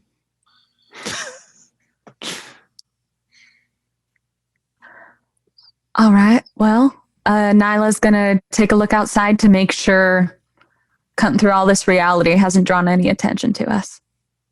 Okay. I love that. Roll me a conflict. Let's see what you see. 1, 2, 3, 4, 5, 6. 7. 7. Hey, boy. Oh, that would be 2 1s and 0 6s, sir. Would you like to burn? Oh, you can't. Your moments. What's next? You can't. You unless that's I it. can figure out a way. You can't. It has your roll Yes, for. I can. I can narrate the shit out of this. No. You can't because the roll has to be for the moment, and this wasn't for like the rules don't let you. I believe you could. So you all, as you look out this window, Nyla, to see if this slice through reality had called attention to anything, you see down the street the Historical Society building, and there are symbols drawn on the outside that you're not sure of, and you're trying to get a brief glimpse of it, and all of a sudden, a faceless figure jumps in front of you in front of the door. Oh my God. We're gonna blow out a candle. I messed up that bad? I thought we just lost dice. I'm so confused. Did I end the scenario or did I just fuck us all over? Because you didn't roll any 6s, the scene ends. Oh. So we go down to I how did. many candles are left? Sorry, everyone. That's okay. 7. So It's still 7 exciting. dice. Okay. So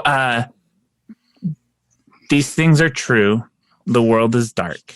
Nyla, you are the first to establish a truth.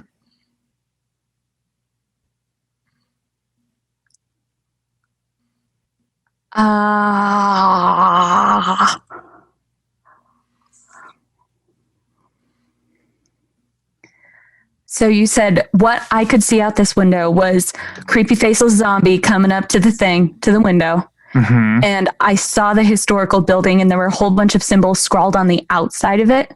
Mm-hmm. All right.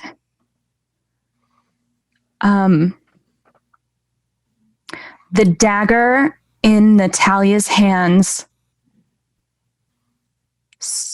in Professor Washington's hands,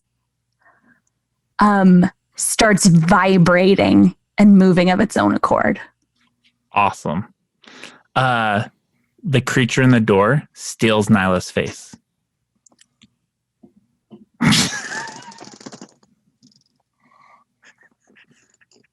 Alex, you next. A bright full moon comes out from behind the clouds.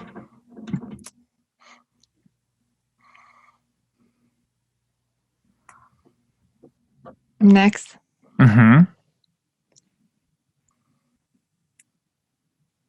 Natalia's dog hops out of her arms and runs into the night. Okay. Like through the window? Somehow into the night. Professor Wash. The knife flies out of the professor's hands. Nyla. This is 6. So it'll go you, and then I'll have the last one.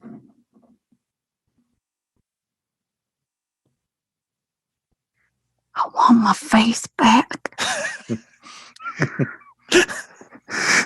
But I won't. Have fun screaming about it.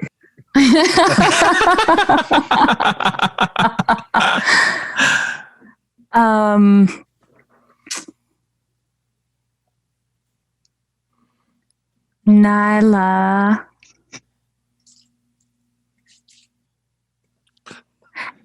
Catches the dagger that flew out of Professor Washington's hands.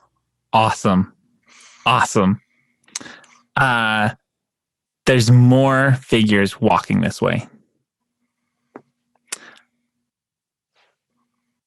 And you all say, and we are alive.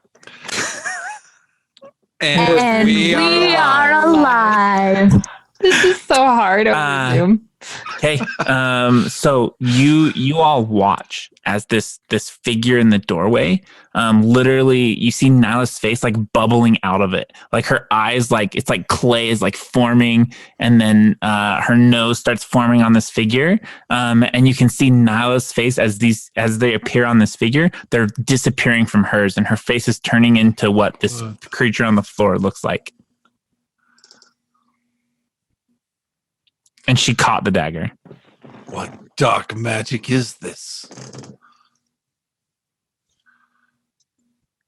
She's not dead. Can you hear us? Hello? Are you still there? Nyla, are you alive? I don't know how face stealing works. She seems to be gesturing. That's up to you. She seems like she's... Okay.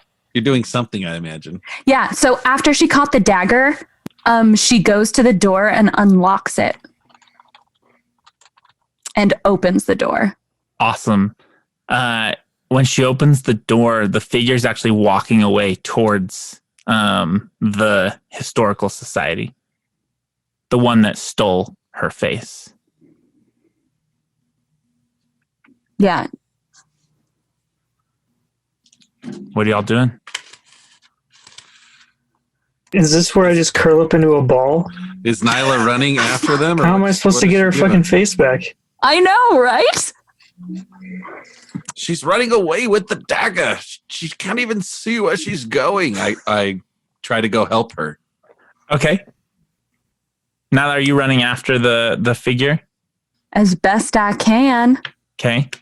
What Eli and Natalia, what are you doing? Sorry about your dog. She's like speechless and just looking around. There's more coming. Maybe we can head them off. Over there? Yeah, just the way Let's go. Let's make a run for it.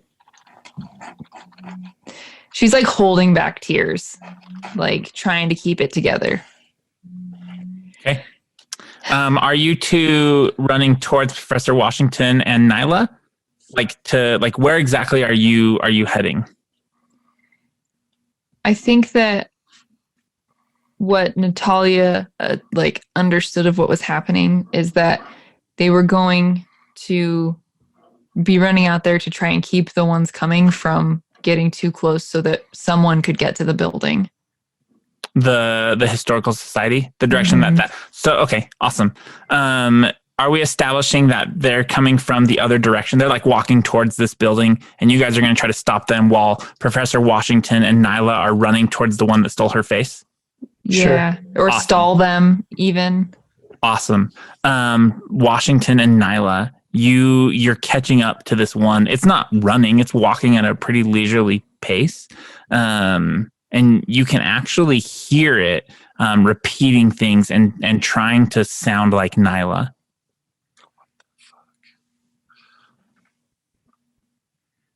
fucking skinwalker, a face walker. You creature! Stop! Stop where you are! Now you hear this. It doesn't stop. Now you can feel. You can't see, but you can feel where it is. Like, you know where this creature is. The dagger is literally like guiding you that direction. Yeah, she's gonna follow the dagger and attempt to. She can't really see anything, so she's gonna attempt to sort of project her energy like she does when she's asleep in her dreams. She doesn't know if she can do it while she's awake, but that's all she can think of to try to get her face back. Awesome. Let's have this, if you would like, be her moment to try and see where her dreams are coming from. Or we can let that wait till later. I have a cool idea for it if you want to do it now. If you have an idea, that's great. Yeah, I'll try to do it. Okay. 1, 2, 3, 4, 5, 6, 7. Roll your 7. 6. 7 still. Oh, that's nice. Because you had lost the dice last time.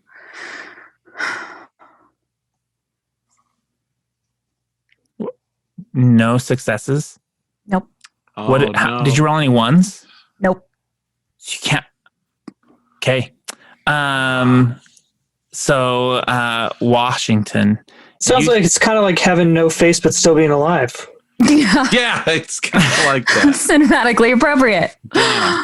You see Nyla like lurch forward, and she collapses to the ground, just like you saw happen before.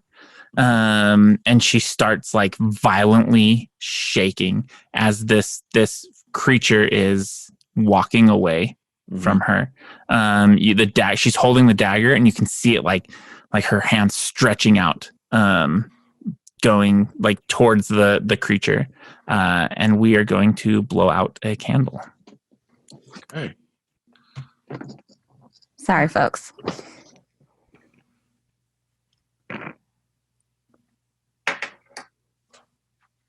You guys are eventually not going to be able to see me. Okay. These things are true. The world is dark. We will start with Nyla. So we will be doing 6 truths, 6 truths.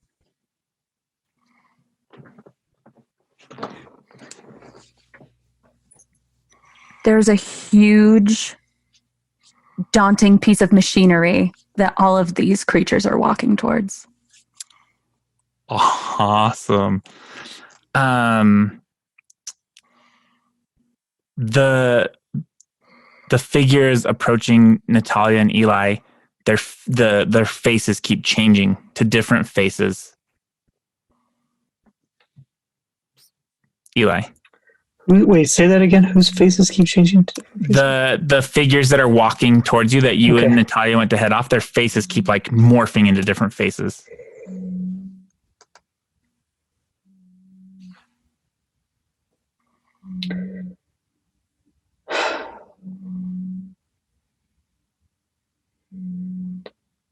Oh, man. Natalia's dog comes out of nowhere and attacks 2 of the face-changing people. Awesome. Natalia?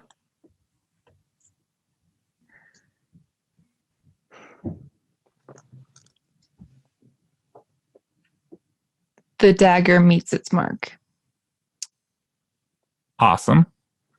Professor Washington? What did you just say, Felicia? I said the dagger meets its mark. Did it fly out of her hand? Or she just stabbed her? Oh, okay. I don't. It would have flown out of her hand if it's going to meet the mark, or her body went with it. Either one. Oh, okay. Yeah, I would say her body person's. went with it. Okay.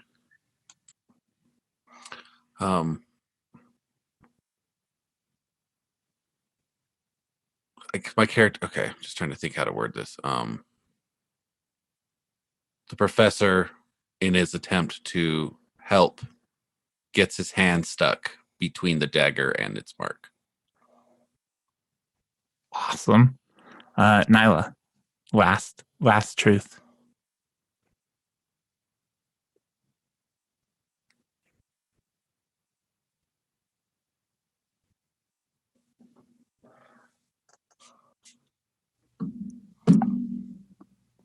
Chanting is coming from right inside the historical building.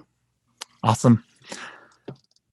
And we are still alive. We're still alive. We are still. I think we should just say it. I keep forgetting about that. Yeah, It's okay.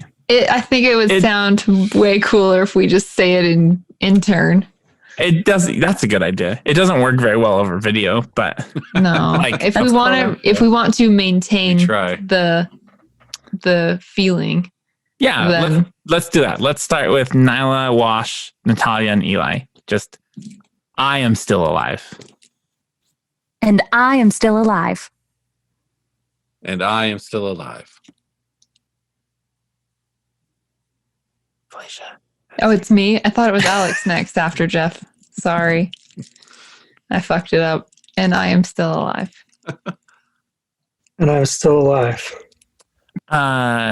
Eli and Natalia, you see these figures walking towards you. You hear the chanting from inside the building.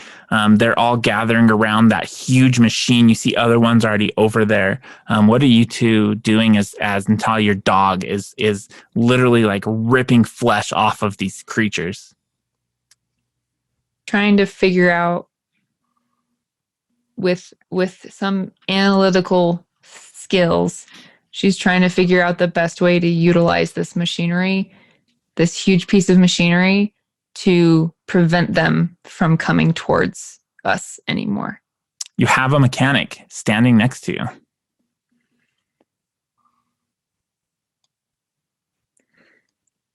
Eli, do you think that we could somehow get this over here and block them off?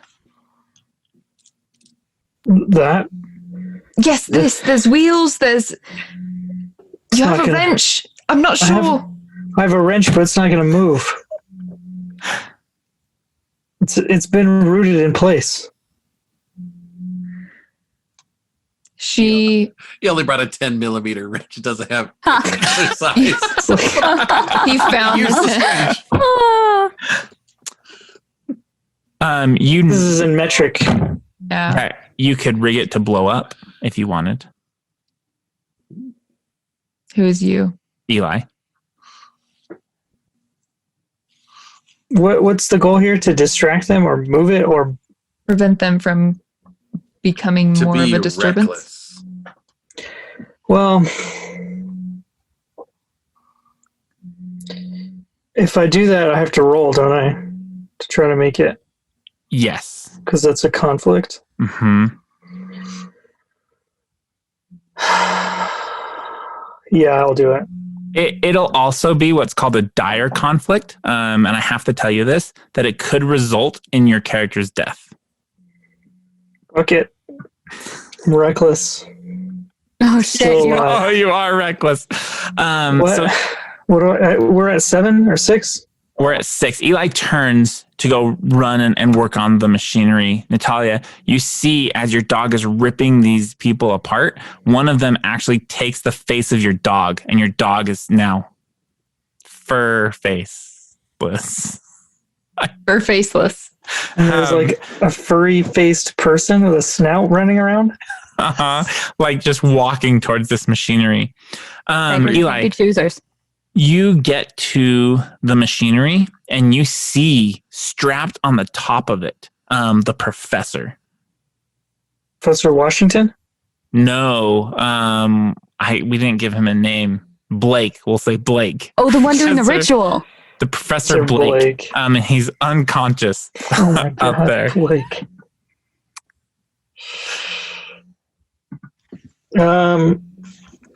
Clearly he didn't succeed, whatever he was trying to do.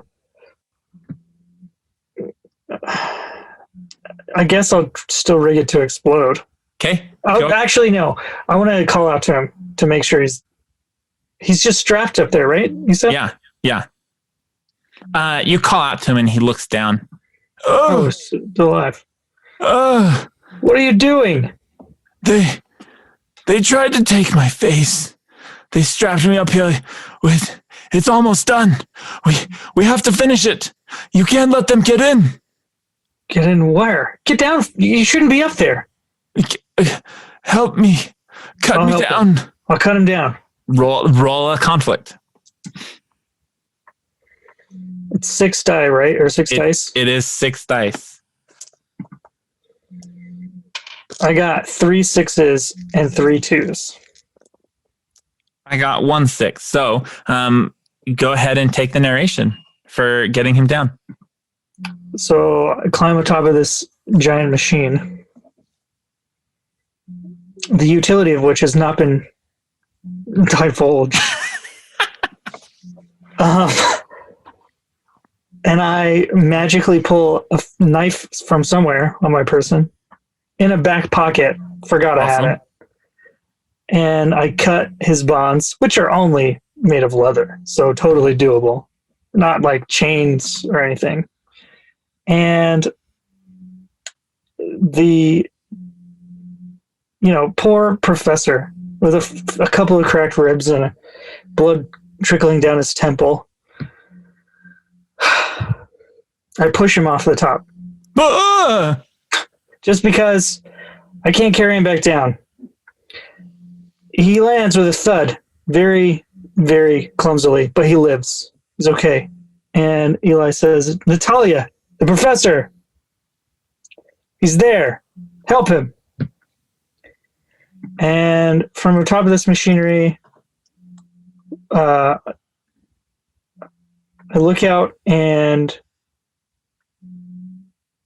there were like a bunch of faceless people, right? Yeah, and more are coming. It's like they're being called to this place.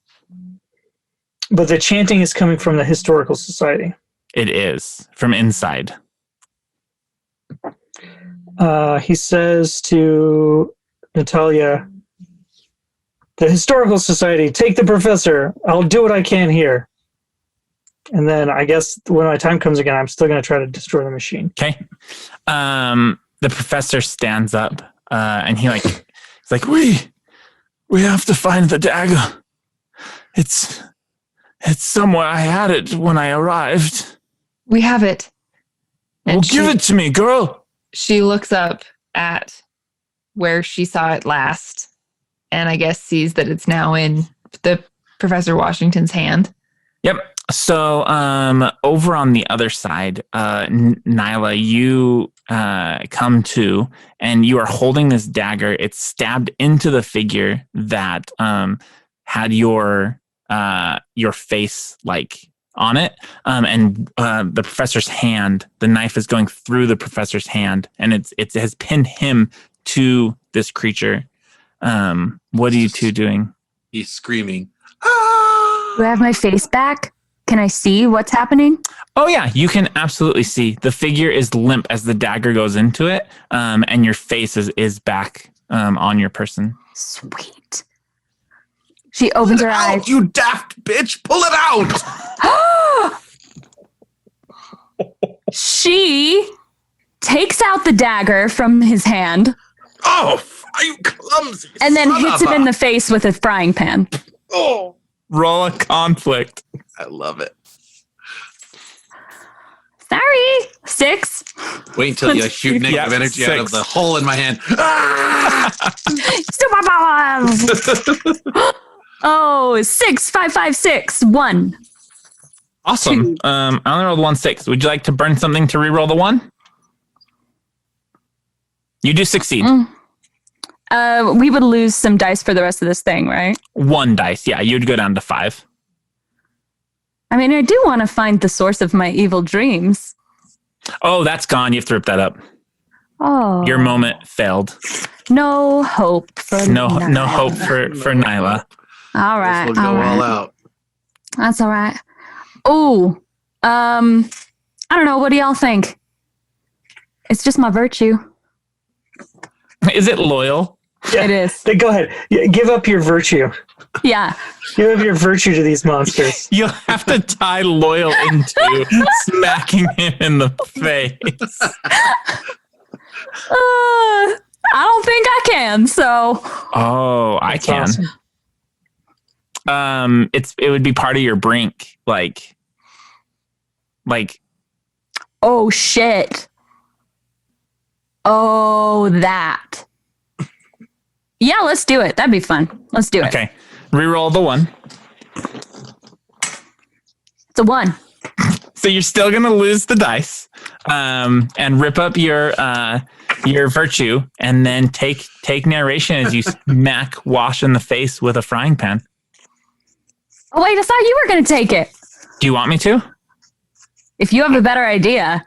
Okay. Sounded like you had a very specific idea. Go for it. If you're all right with that, Washington, as you're calling her a bitch and like shaking your hand, you see her stand up, and she looks at you, and you look like yelling at her. Her eyes start swirling. You can see the cosmos in her eyes. And she starts chanting. It sounds identical to the chanting coming from the building.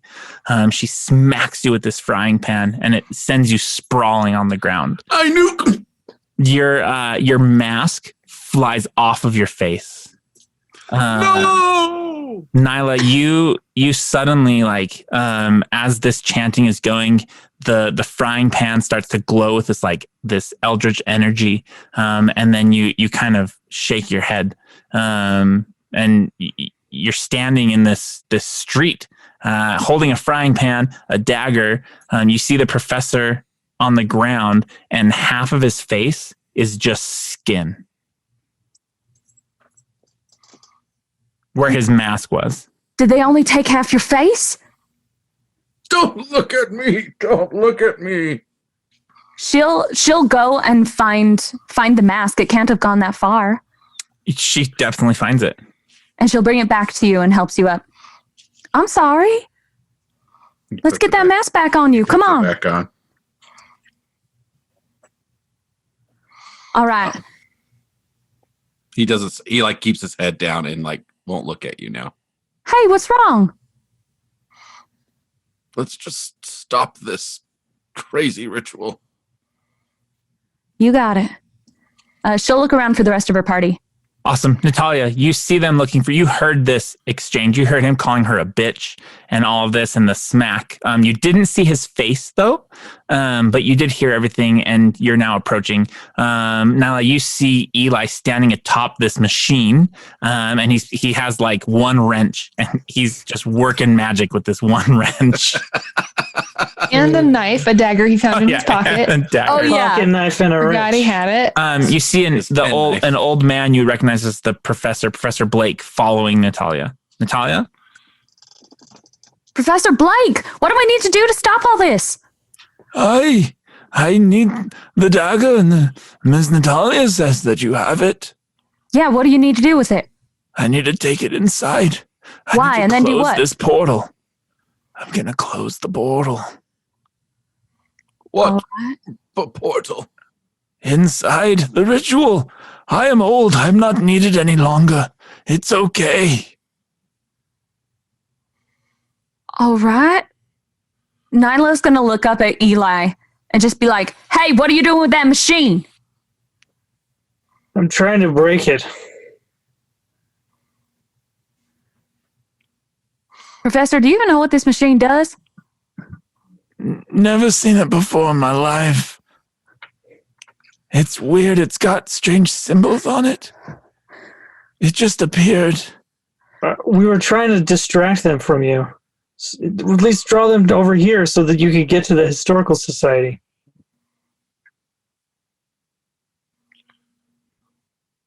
Was it your fault that all these face-stealing creatures are here in this town? Did you do this, Blake? I'm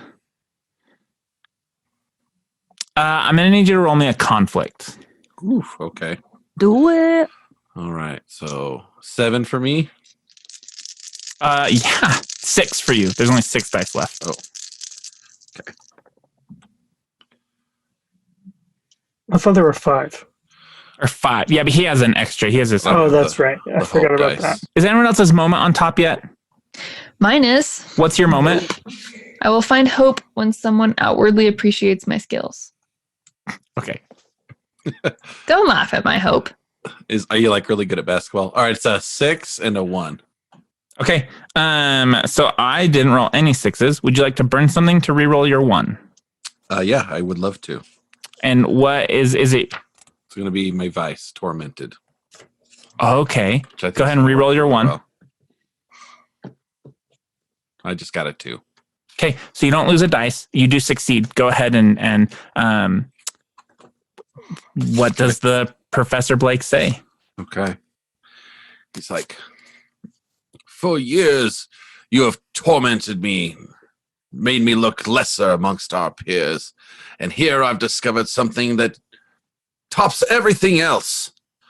You're unleashing this plague upon the town, and I can see you're trying to make right by it, but I won't have it. I won't have any more of it. I'm done with you. And he grabs his wounded hand and he grabs the side of the face of the professor, and he steals his face. Half of the professor's face? Half professor's face, and it fills in on his half. And What have you done to me? And like that falls off. And he's like, he's in as much shock as Professor Blake. Oh, what's happening to me? And his hand is now way more black than it was. It's like going up his arm. What are you? I don't know. Are you one of them? He's one of them. It was the dagger, right where my hand wound was. A mirror. Anyone have a mirror? I have a shiny frying pan. Keep that thing away from me. I didn't have a mirror in my back pocket.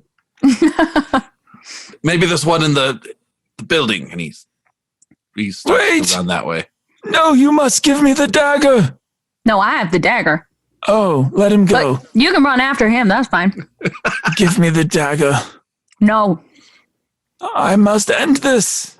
Just tell me how and I'll do it. It takes a sacrifice, a willing soul.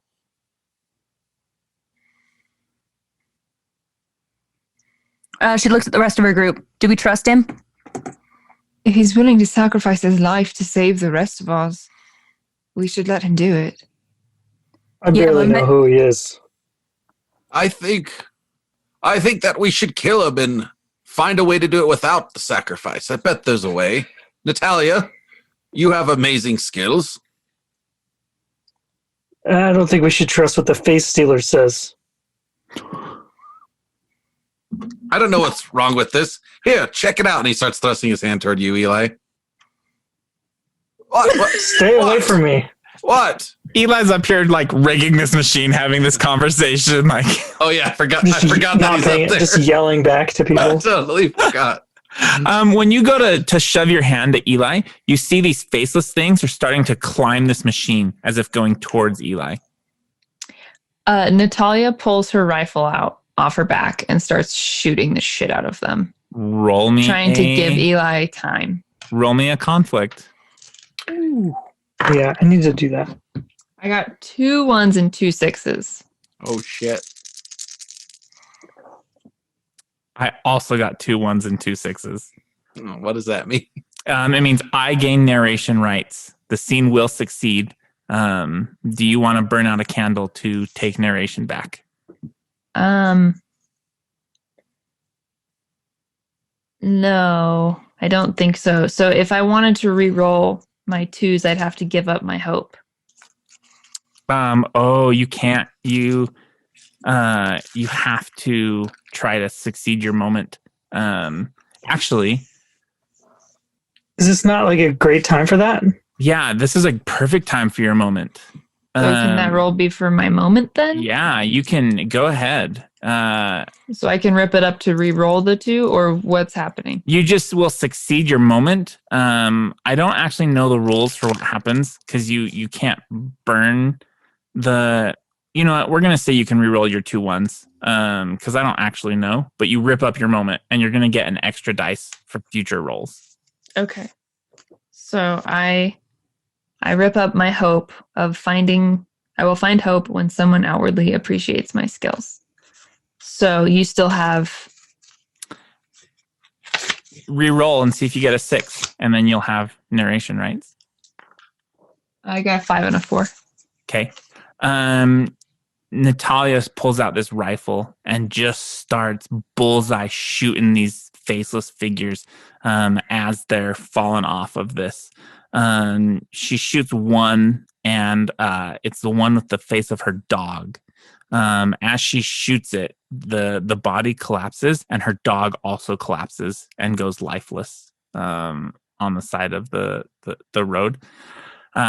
She keeps shooting, just one after the other, laying these things out. The professor, one of them's about to come up behind him as he's talking to Nyla and trying to get this dagger. And Natalia blasts it, and it drops, and he turns and looks at you, Natalia, and he goes, "Marvelous. I've never seen a woman shoot so well. Brilliant.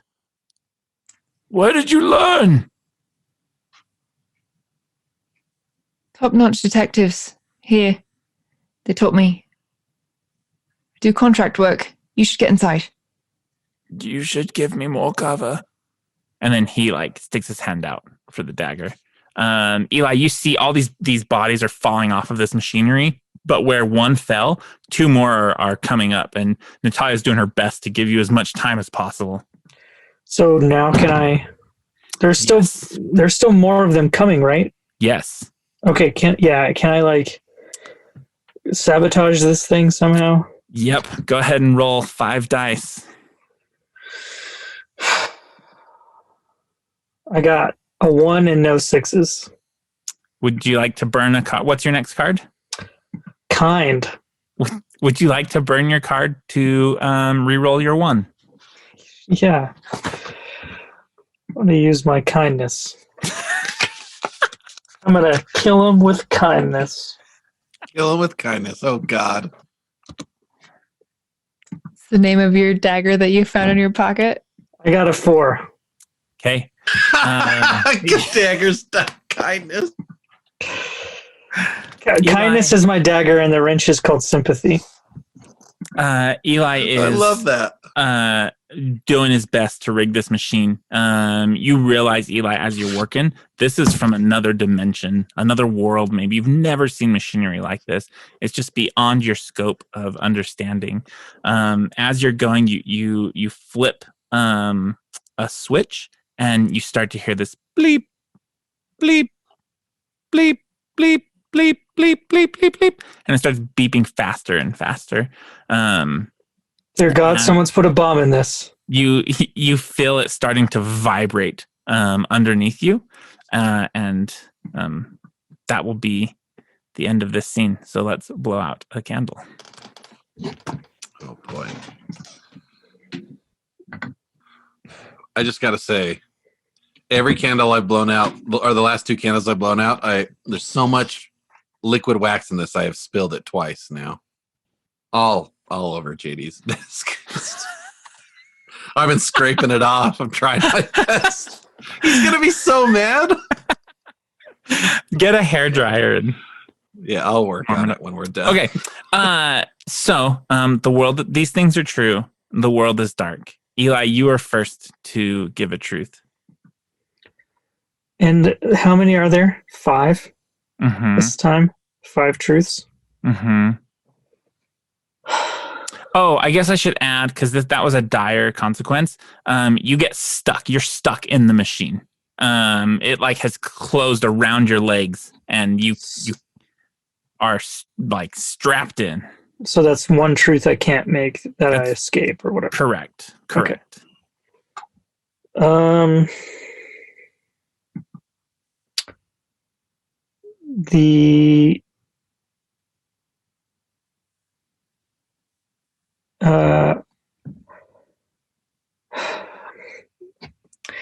As the machine is vibrating and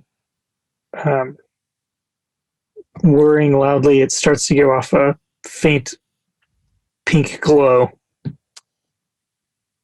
Awesome. Natalia?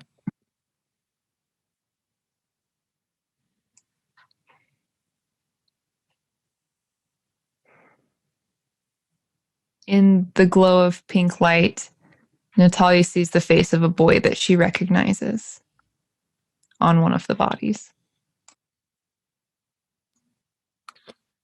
The taint coming from the wound of Professor Washington's hand spreads further, going up his neck and down his chest and over to his other shoulder.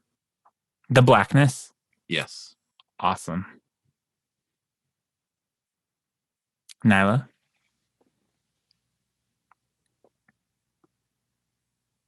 The machine seems to start speaking as if all of the faces that have ever been stolen are chanting in unison. That's so cool. The portal in the sky rips open and something's coming through. We are doing ourselves no favors. No. So start with Nyla, and I'm still alive. And I'm still alive. And I'm still alive. And I'm still alive. And I'm still alive. As this machine starts chanting and chanting, all of these bodies start taking on the same face. You see, Wash, you're heading towards the building, right? Yeah. You see all of these faces turn into this face of this girl that you recognize as one of your old students. And they just start chanting, "You made me do it. It was your fault. You made me do it. You shouldn't have done that."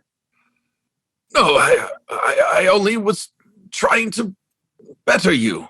You didn't better me. You made me do it. You made me do it. And they start closing in around you. No, it wasn't me. What have I done? Natalia starts crying. What did you do? When this happens, by the way. Natalia starts crying. She just starts crying. He closes his eyes and just starts like, I don't know. He's going to start shooting energy out of his hand. I think that sounded cool. He can't control it though. He's just flailing his hand in the air, closing his eyes, screaming, "No, I didn't do it. Please." And he just goes crazy. Roll me a conflict for this energy shooting. Okay. Nyla, you see this happening? Like, I know. Nyla's about to run in and like defend him, and then she starts hearing the chanting and seeing how he's reacting, and suddenly he's like Cyclops without his. I just got 2 ones. visor. That's it. wait, Well, 2 ones? 2 ones. Yeah. What do you still have? I only have my brink left. Okay, so you can use your brink if you would like to, and apply it to the scene to reroll all of your dice. Oh, wow. Really? Okay. Yeah, sure. I'll try it. Okay, go ahead and you're going to use your brink. So this is where, if you would like to, you can tell everyone what your brink is without describing what Felicia's character saw. So just like the word. Okay. So just kind of describe it from my perspective. Well, I saw you and then blank. I saw you abuse. That's it. Yep. Okay. So go ahead and roll all your dice again. Oh, no 1s and 1 6. Okay, so because you succeeded, you get to keep your brink and you can use it again. Yeah. You have to now narrate this scene using abuse. It can be against your friendlies. It can, like, however you want to narrate this. No, this dark magic that's emanating from his hands continues to do the exact opposite thing he wants and kills her again, over and over and over and over and over, until every one of those faceless creatures around him is dead. The blackness from it has spread so far, it's now ironically over that half of the face again, on all the way down to his toes, but left one good side left. awesome. As these bodies have you've melted all of these bodies. You all see this. He's just like burning them without any problems, just screaming, and they're all melting. They start, these puddles, like the lady that you saw through the portal, they start coalescing into each other slowly.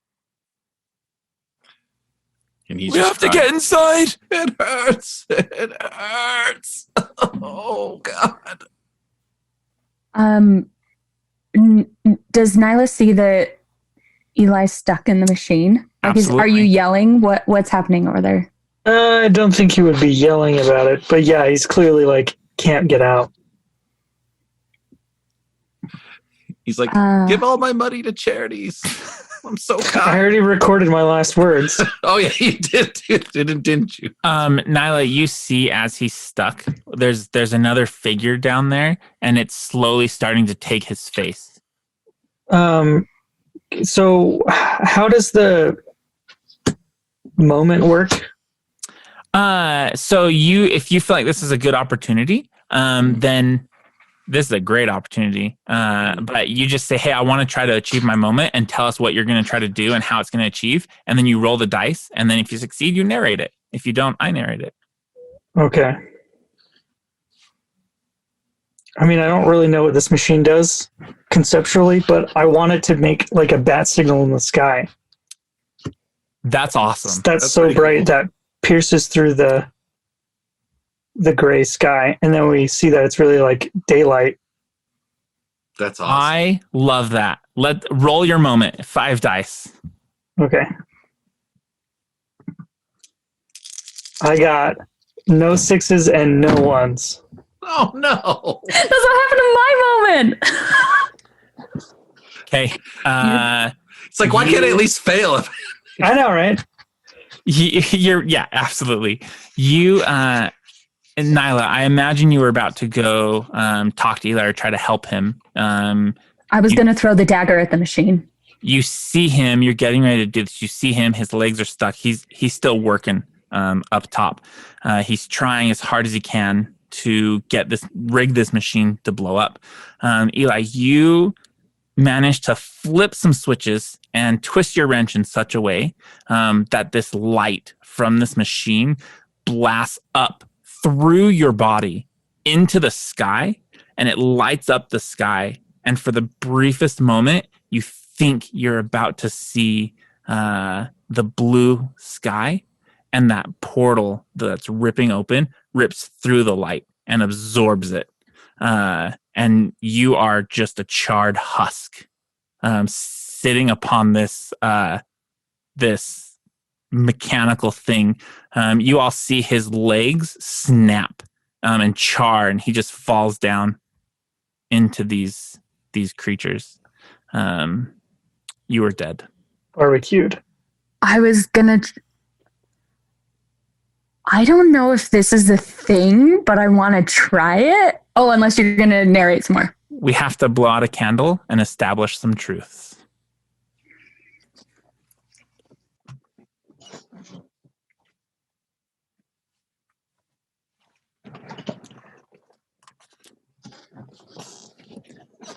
There are 4 candles left. Because Eli is dead, we will move to Natalia to establish the first truth.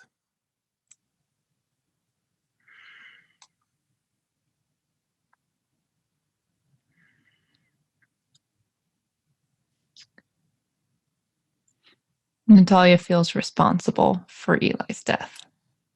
That is a truth. Professor Washington starts to hear a dark voice in his head.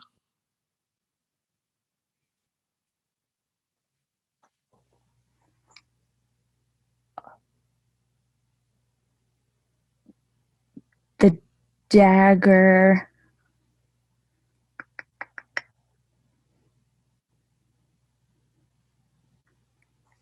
To move the dagger towards we're going towards like the ritual, right? Mm-hmm. Or like that ritual altar place. Mm-hmm.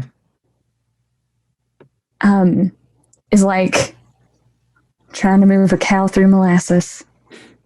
It's like time and space doesn't want it to get there. Oh, it's like slow. That is awesome.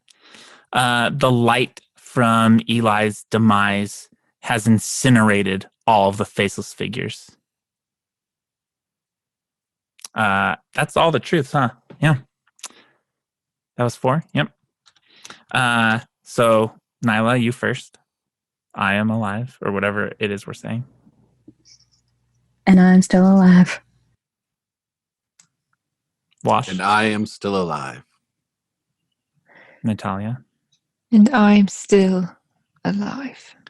As Eli's charred body lands on the ground and all of these burnt up figures out here, Natalia, you're standing there. You feel responsible for this death that happened.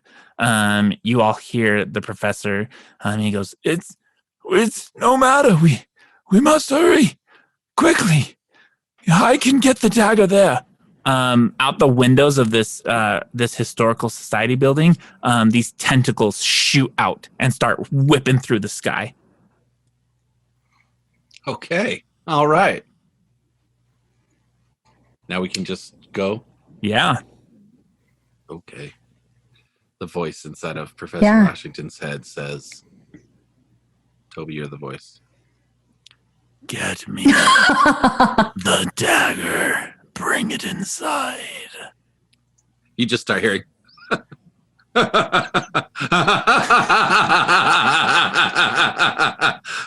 then he looks right over at Nalia. The dagger. Give it to me. And he runs at you. He sprints at you. I stab him. Okay, we're gonna have to do 2 conflicts here. The first conflict is gonna be Washington to try to get the dagger, and then if he doesn't succeed, the next conflict is gonna be Nyla trying to stab him, depending on what results from that. So go ahead and roll. You have 5 dice. Okay, 5 dice. Oof, I got 1 6 and 2 1s. Okay, do you have anything left to burn? I Your have my brink. abuse? I still have my brink. Yeah. Would you know I'm like gonna to use it. Yeah. abuse and reroll all your? You have to reroll all your dice. That's fine. Yeah, let's do it. Okay. Do I do the narration first and then the roll? No, because you might fail if you don't roll another 6. That's what I was hoping for. Oh, I don't now. No 6s and 1 1. Okay. You guys are gonna go down to 3 dice. Damn. Okay. Wait, so does that mean that his failure also made it harder for her to succeed against him now? Did. Yeah, that's Everything's just going to shit. You also lose your brink. You cannot use it. Yep. Nyla, as these tentacles are shooting out, Washington charges you. He jumps on top of you and starts like trying to get the dagger while just smacking you. And he starts screaming, "You were never good enough," over and over again, and says, "You could never be good enough." And You're fat. Thank you. Go ahead and roll your check. Your 3 dice. Professor Washington, snap out of it. Oh, 622. Okay. You succeed. Go ahead and take over. Oh, wait. I have to roll my. I mean, it's probably going to be. Wait, do you only get 3 or you still get No, your I 9? have 6 dice. Oh, yeah, he gets more. He gets our old dice. I rolled 2 6s, a 3, a 1, and a 1, but I don't lose my 1s. Would you like to blow out a candle to take narration, or would you like me to narrate? Go for it.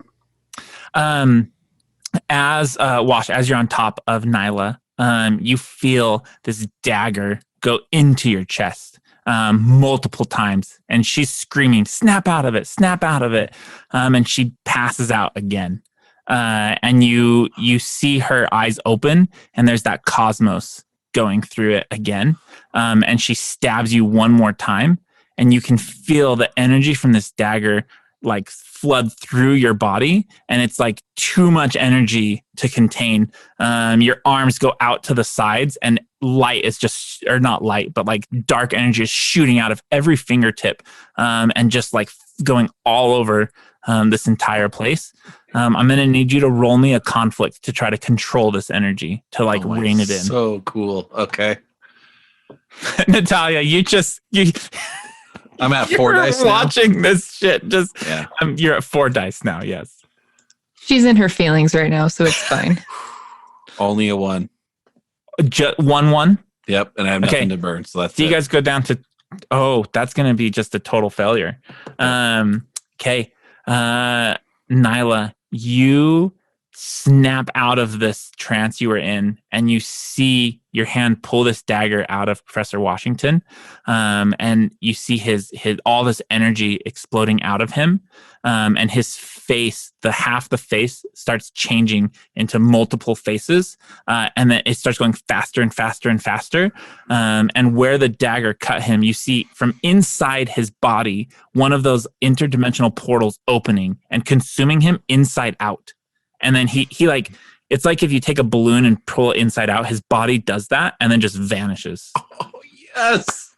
Yes. It's so cool. We need to blow out a candle. Oh, I love it.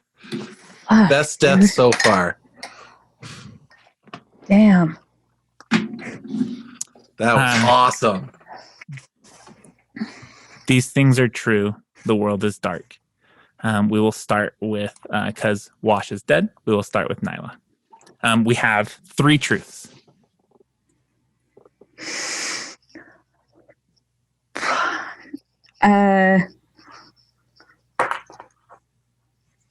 Nyla fights for control. That she regains it, or she just is fighting for it? It's a constant fight. Okay. The roof of the Historical Society rips off into the portal, into the split in the sky.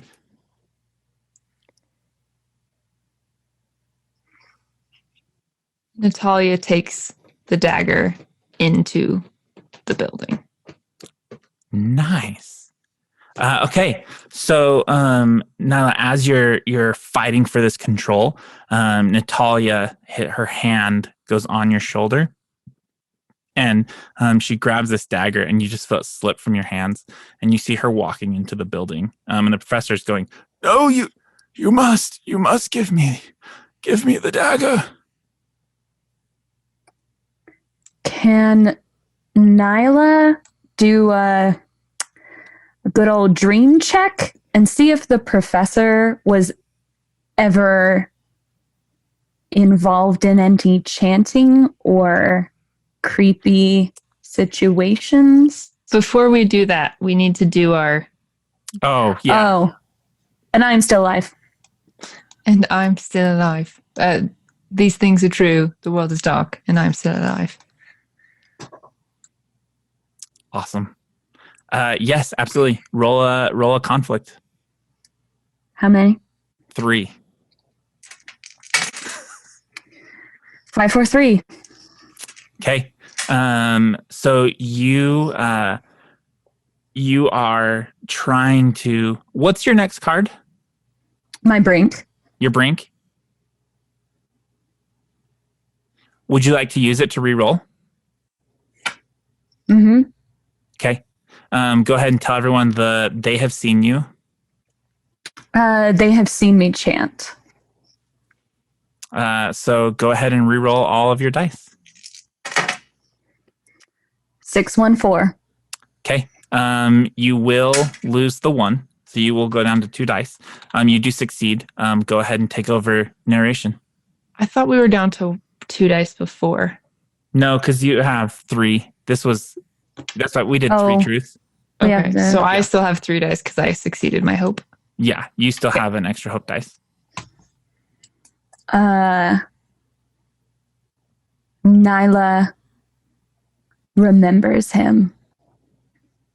Nyla has seen the professor chant to these people before. He wants this dagger for a different purpose. So she will look at Natalia and say, "Don't you give the dagger to anybody else." and then she will attempt to restrain the professor with her frying pan. So you burned your brink. So you have to work in you chanting into this narration. Oh, So that's right. Okay. Isn't that how she saw him? Yeah, that's what I thought. That's what I read. That's how she saw him. But her brink is that they saw her chant, so she has to work in like some sort of form of like you now chanting again because you're at your lowest point. Like you recognize him, and then you start chanting something like whatever you want it to be. It can be anything. Like you said, she's gonna try to take his face. That's amazing. Not like she wants it, but she's gonna try to take it away from him. So she's. Oh, go ahead. Go. This is your scene. Take it. So she'll look him right in the eyes, and she will start chanting to them, whatever they are. She will start chanting for power over someone else, taking the power to fulfill their cause further. And she feels that in a sudden instance, her request is granted. And he seems to just slump down onto the floor. But then there's the, price. And Nyla just turns to Natalia and starts running at her. Natalia, you see Nyla start running towards you. She told you, don't let anyone else get that dagger. Her face is now shifting back and forth between her face and the professor's face. And you actually think you see the Professor Washington's face occasionally. You're not positive. It's going so quick. And she's running right towards you. What are you both doing? I start running into the building. I've made it to the building. That was my truth. So I'm in the building. Oh, that's right. You're inside this building. So you actually don't see her running towards you then because you're in the building. And when you get in the building, you see in a circle and like there's a pentagram design on the ground, and there's these cultists standing around, and they're all holding hands and they're chanting. You can see tentacles coming out of their mouths and out through the building and just waving, and the roof is gone. Things are being sucked up into this portal. When you look up, you see this maw full of teeth that are circling, and this carrion swarm is starting to pour out of it. And the cultists are starting to chant faster and faster and faster. Go ahead, Natalia. No, go ahead. I'm thinking still. Okay. With this new power, she can feel one of the beings trying to possess her and possess the power that she's now accumulated. So right now it's just like a fight for control for Nyla. You're going to see her. So she wears these overalls, and there's a little, there's like paint all over them, like she was doing a project or something. And there's a little like handprint on like the pocket. And she's going to touch it and just try her best not to let this thing possess her. Roll a conflict. You have 2 dice. 2 5s. 2 5s. You still have your brink because you succeeded. You can use it again and continue chanting to try to not. I'm going to do it. Okay. I'm going to try to like make a deal, double down. And all she keeps saying is the word, just keep Pudge safe. Just keep Pudge safe. Oh shit, it's a 6 or 2. Yeah, you succeed. Go ahead, take it. Oh, like the narration? Yeah, unless you want me to. No, that's fine.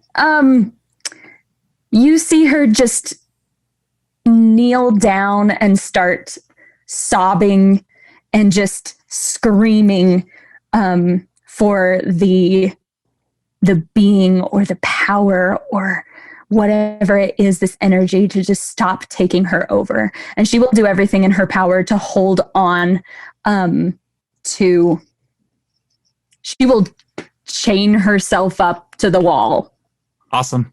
Okay. Natalia, and scream Pudge.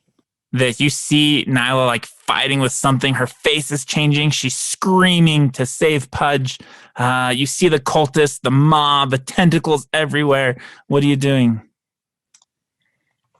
She's going to slowly and purposefully walk towards this center ring of cultists, and she absentmindedly is rubbing the dagger as she goes. And it seems like every step she takes, every arm movement that she makes, she's cutting more rifts in reality into places in her past that she knows she's never going to be able to see again, because she knows that someone has to give up their life to complete this ritual, because she knows in her heart that what that professor was saying was true, even if he had ill intentions. And so she is just walking to what she knows is her death. Okay. To save others. As you're walking, the same thing that was happening to Nyla is happening to you. This dagger is like, there's a force pushing it backwards. You're like cutting through as slow as you can. Give me a conflict, 2 dice, 3 for you. Okay.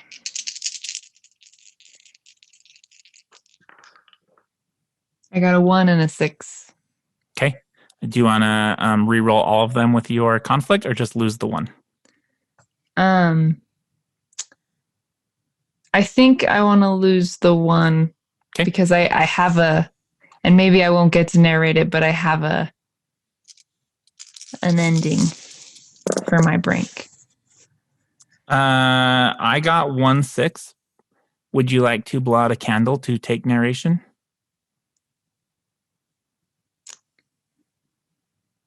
No. An ending, go for it.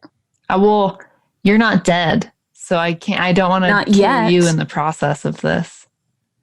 Everyone's going to die anyways. Do it. If you have it, why not take it? Do it. Okay. This is your chance to take the power. Yeah, okay, I will blow out a candle to narrate. Okay, let me go blow it out real quick.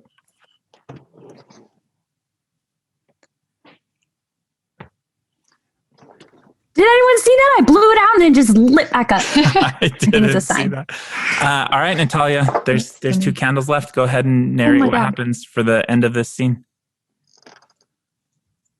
Okay.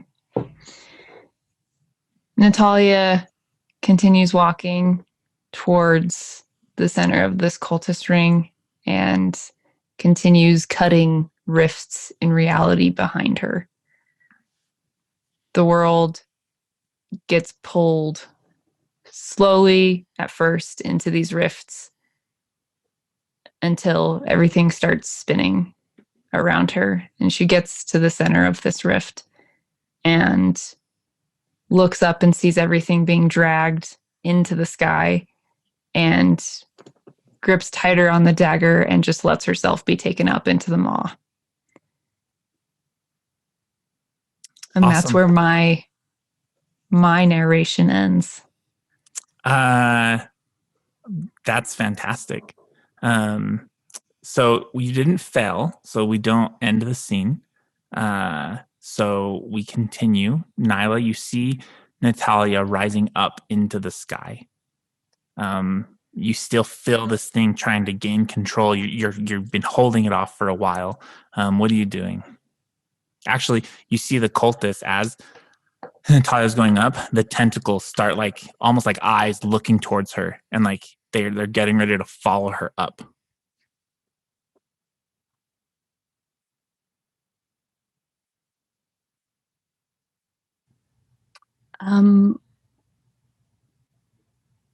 She knows that she's going to pay for this, but she wants to use all of her power to get rid of that tentacle beast and send it back to where it came from.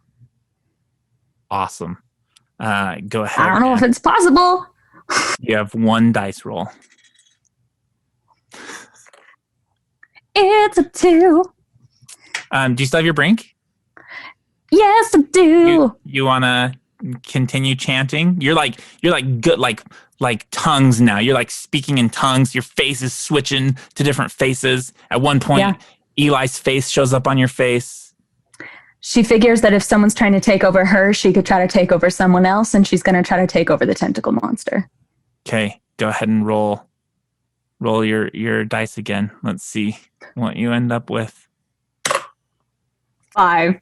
Okay. So that Nyla is chanting and chanting. All these dead faces are showing up on her face, and it's too much to contain. She stumbles forward and starts like throwing up blood as she's fighting for control.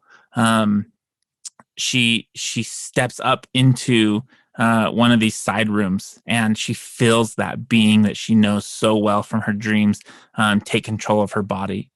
She looks up and looks in the mirror and sees Pudge's face appear upon her own, realizing that they got to Pudge. Pudge is dead. The being turns and walks towards the center of these cultists. I'm going to go blow. Yeah. I loved that.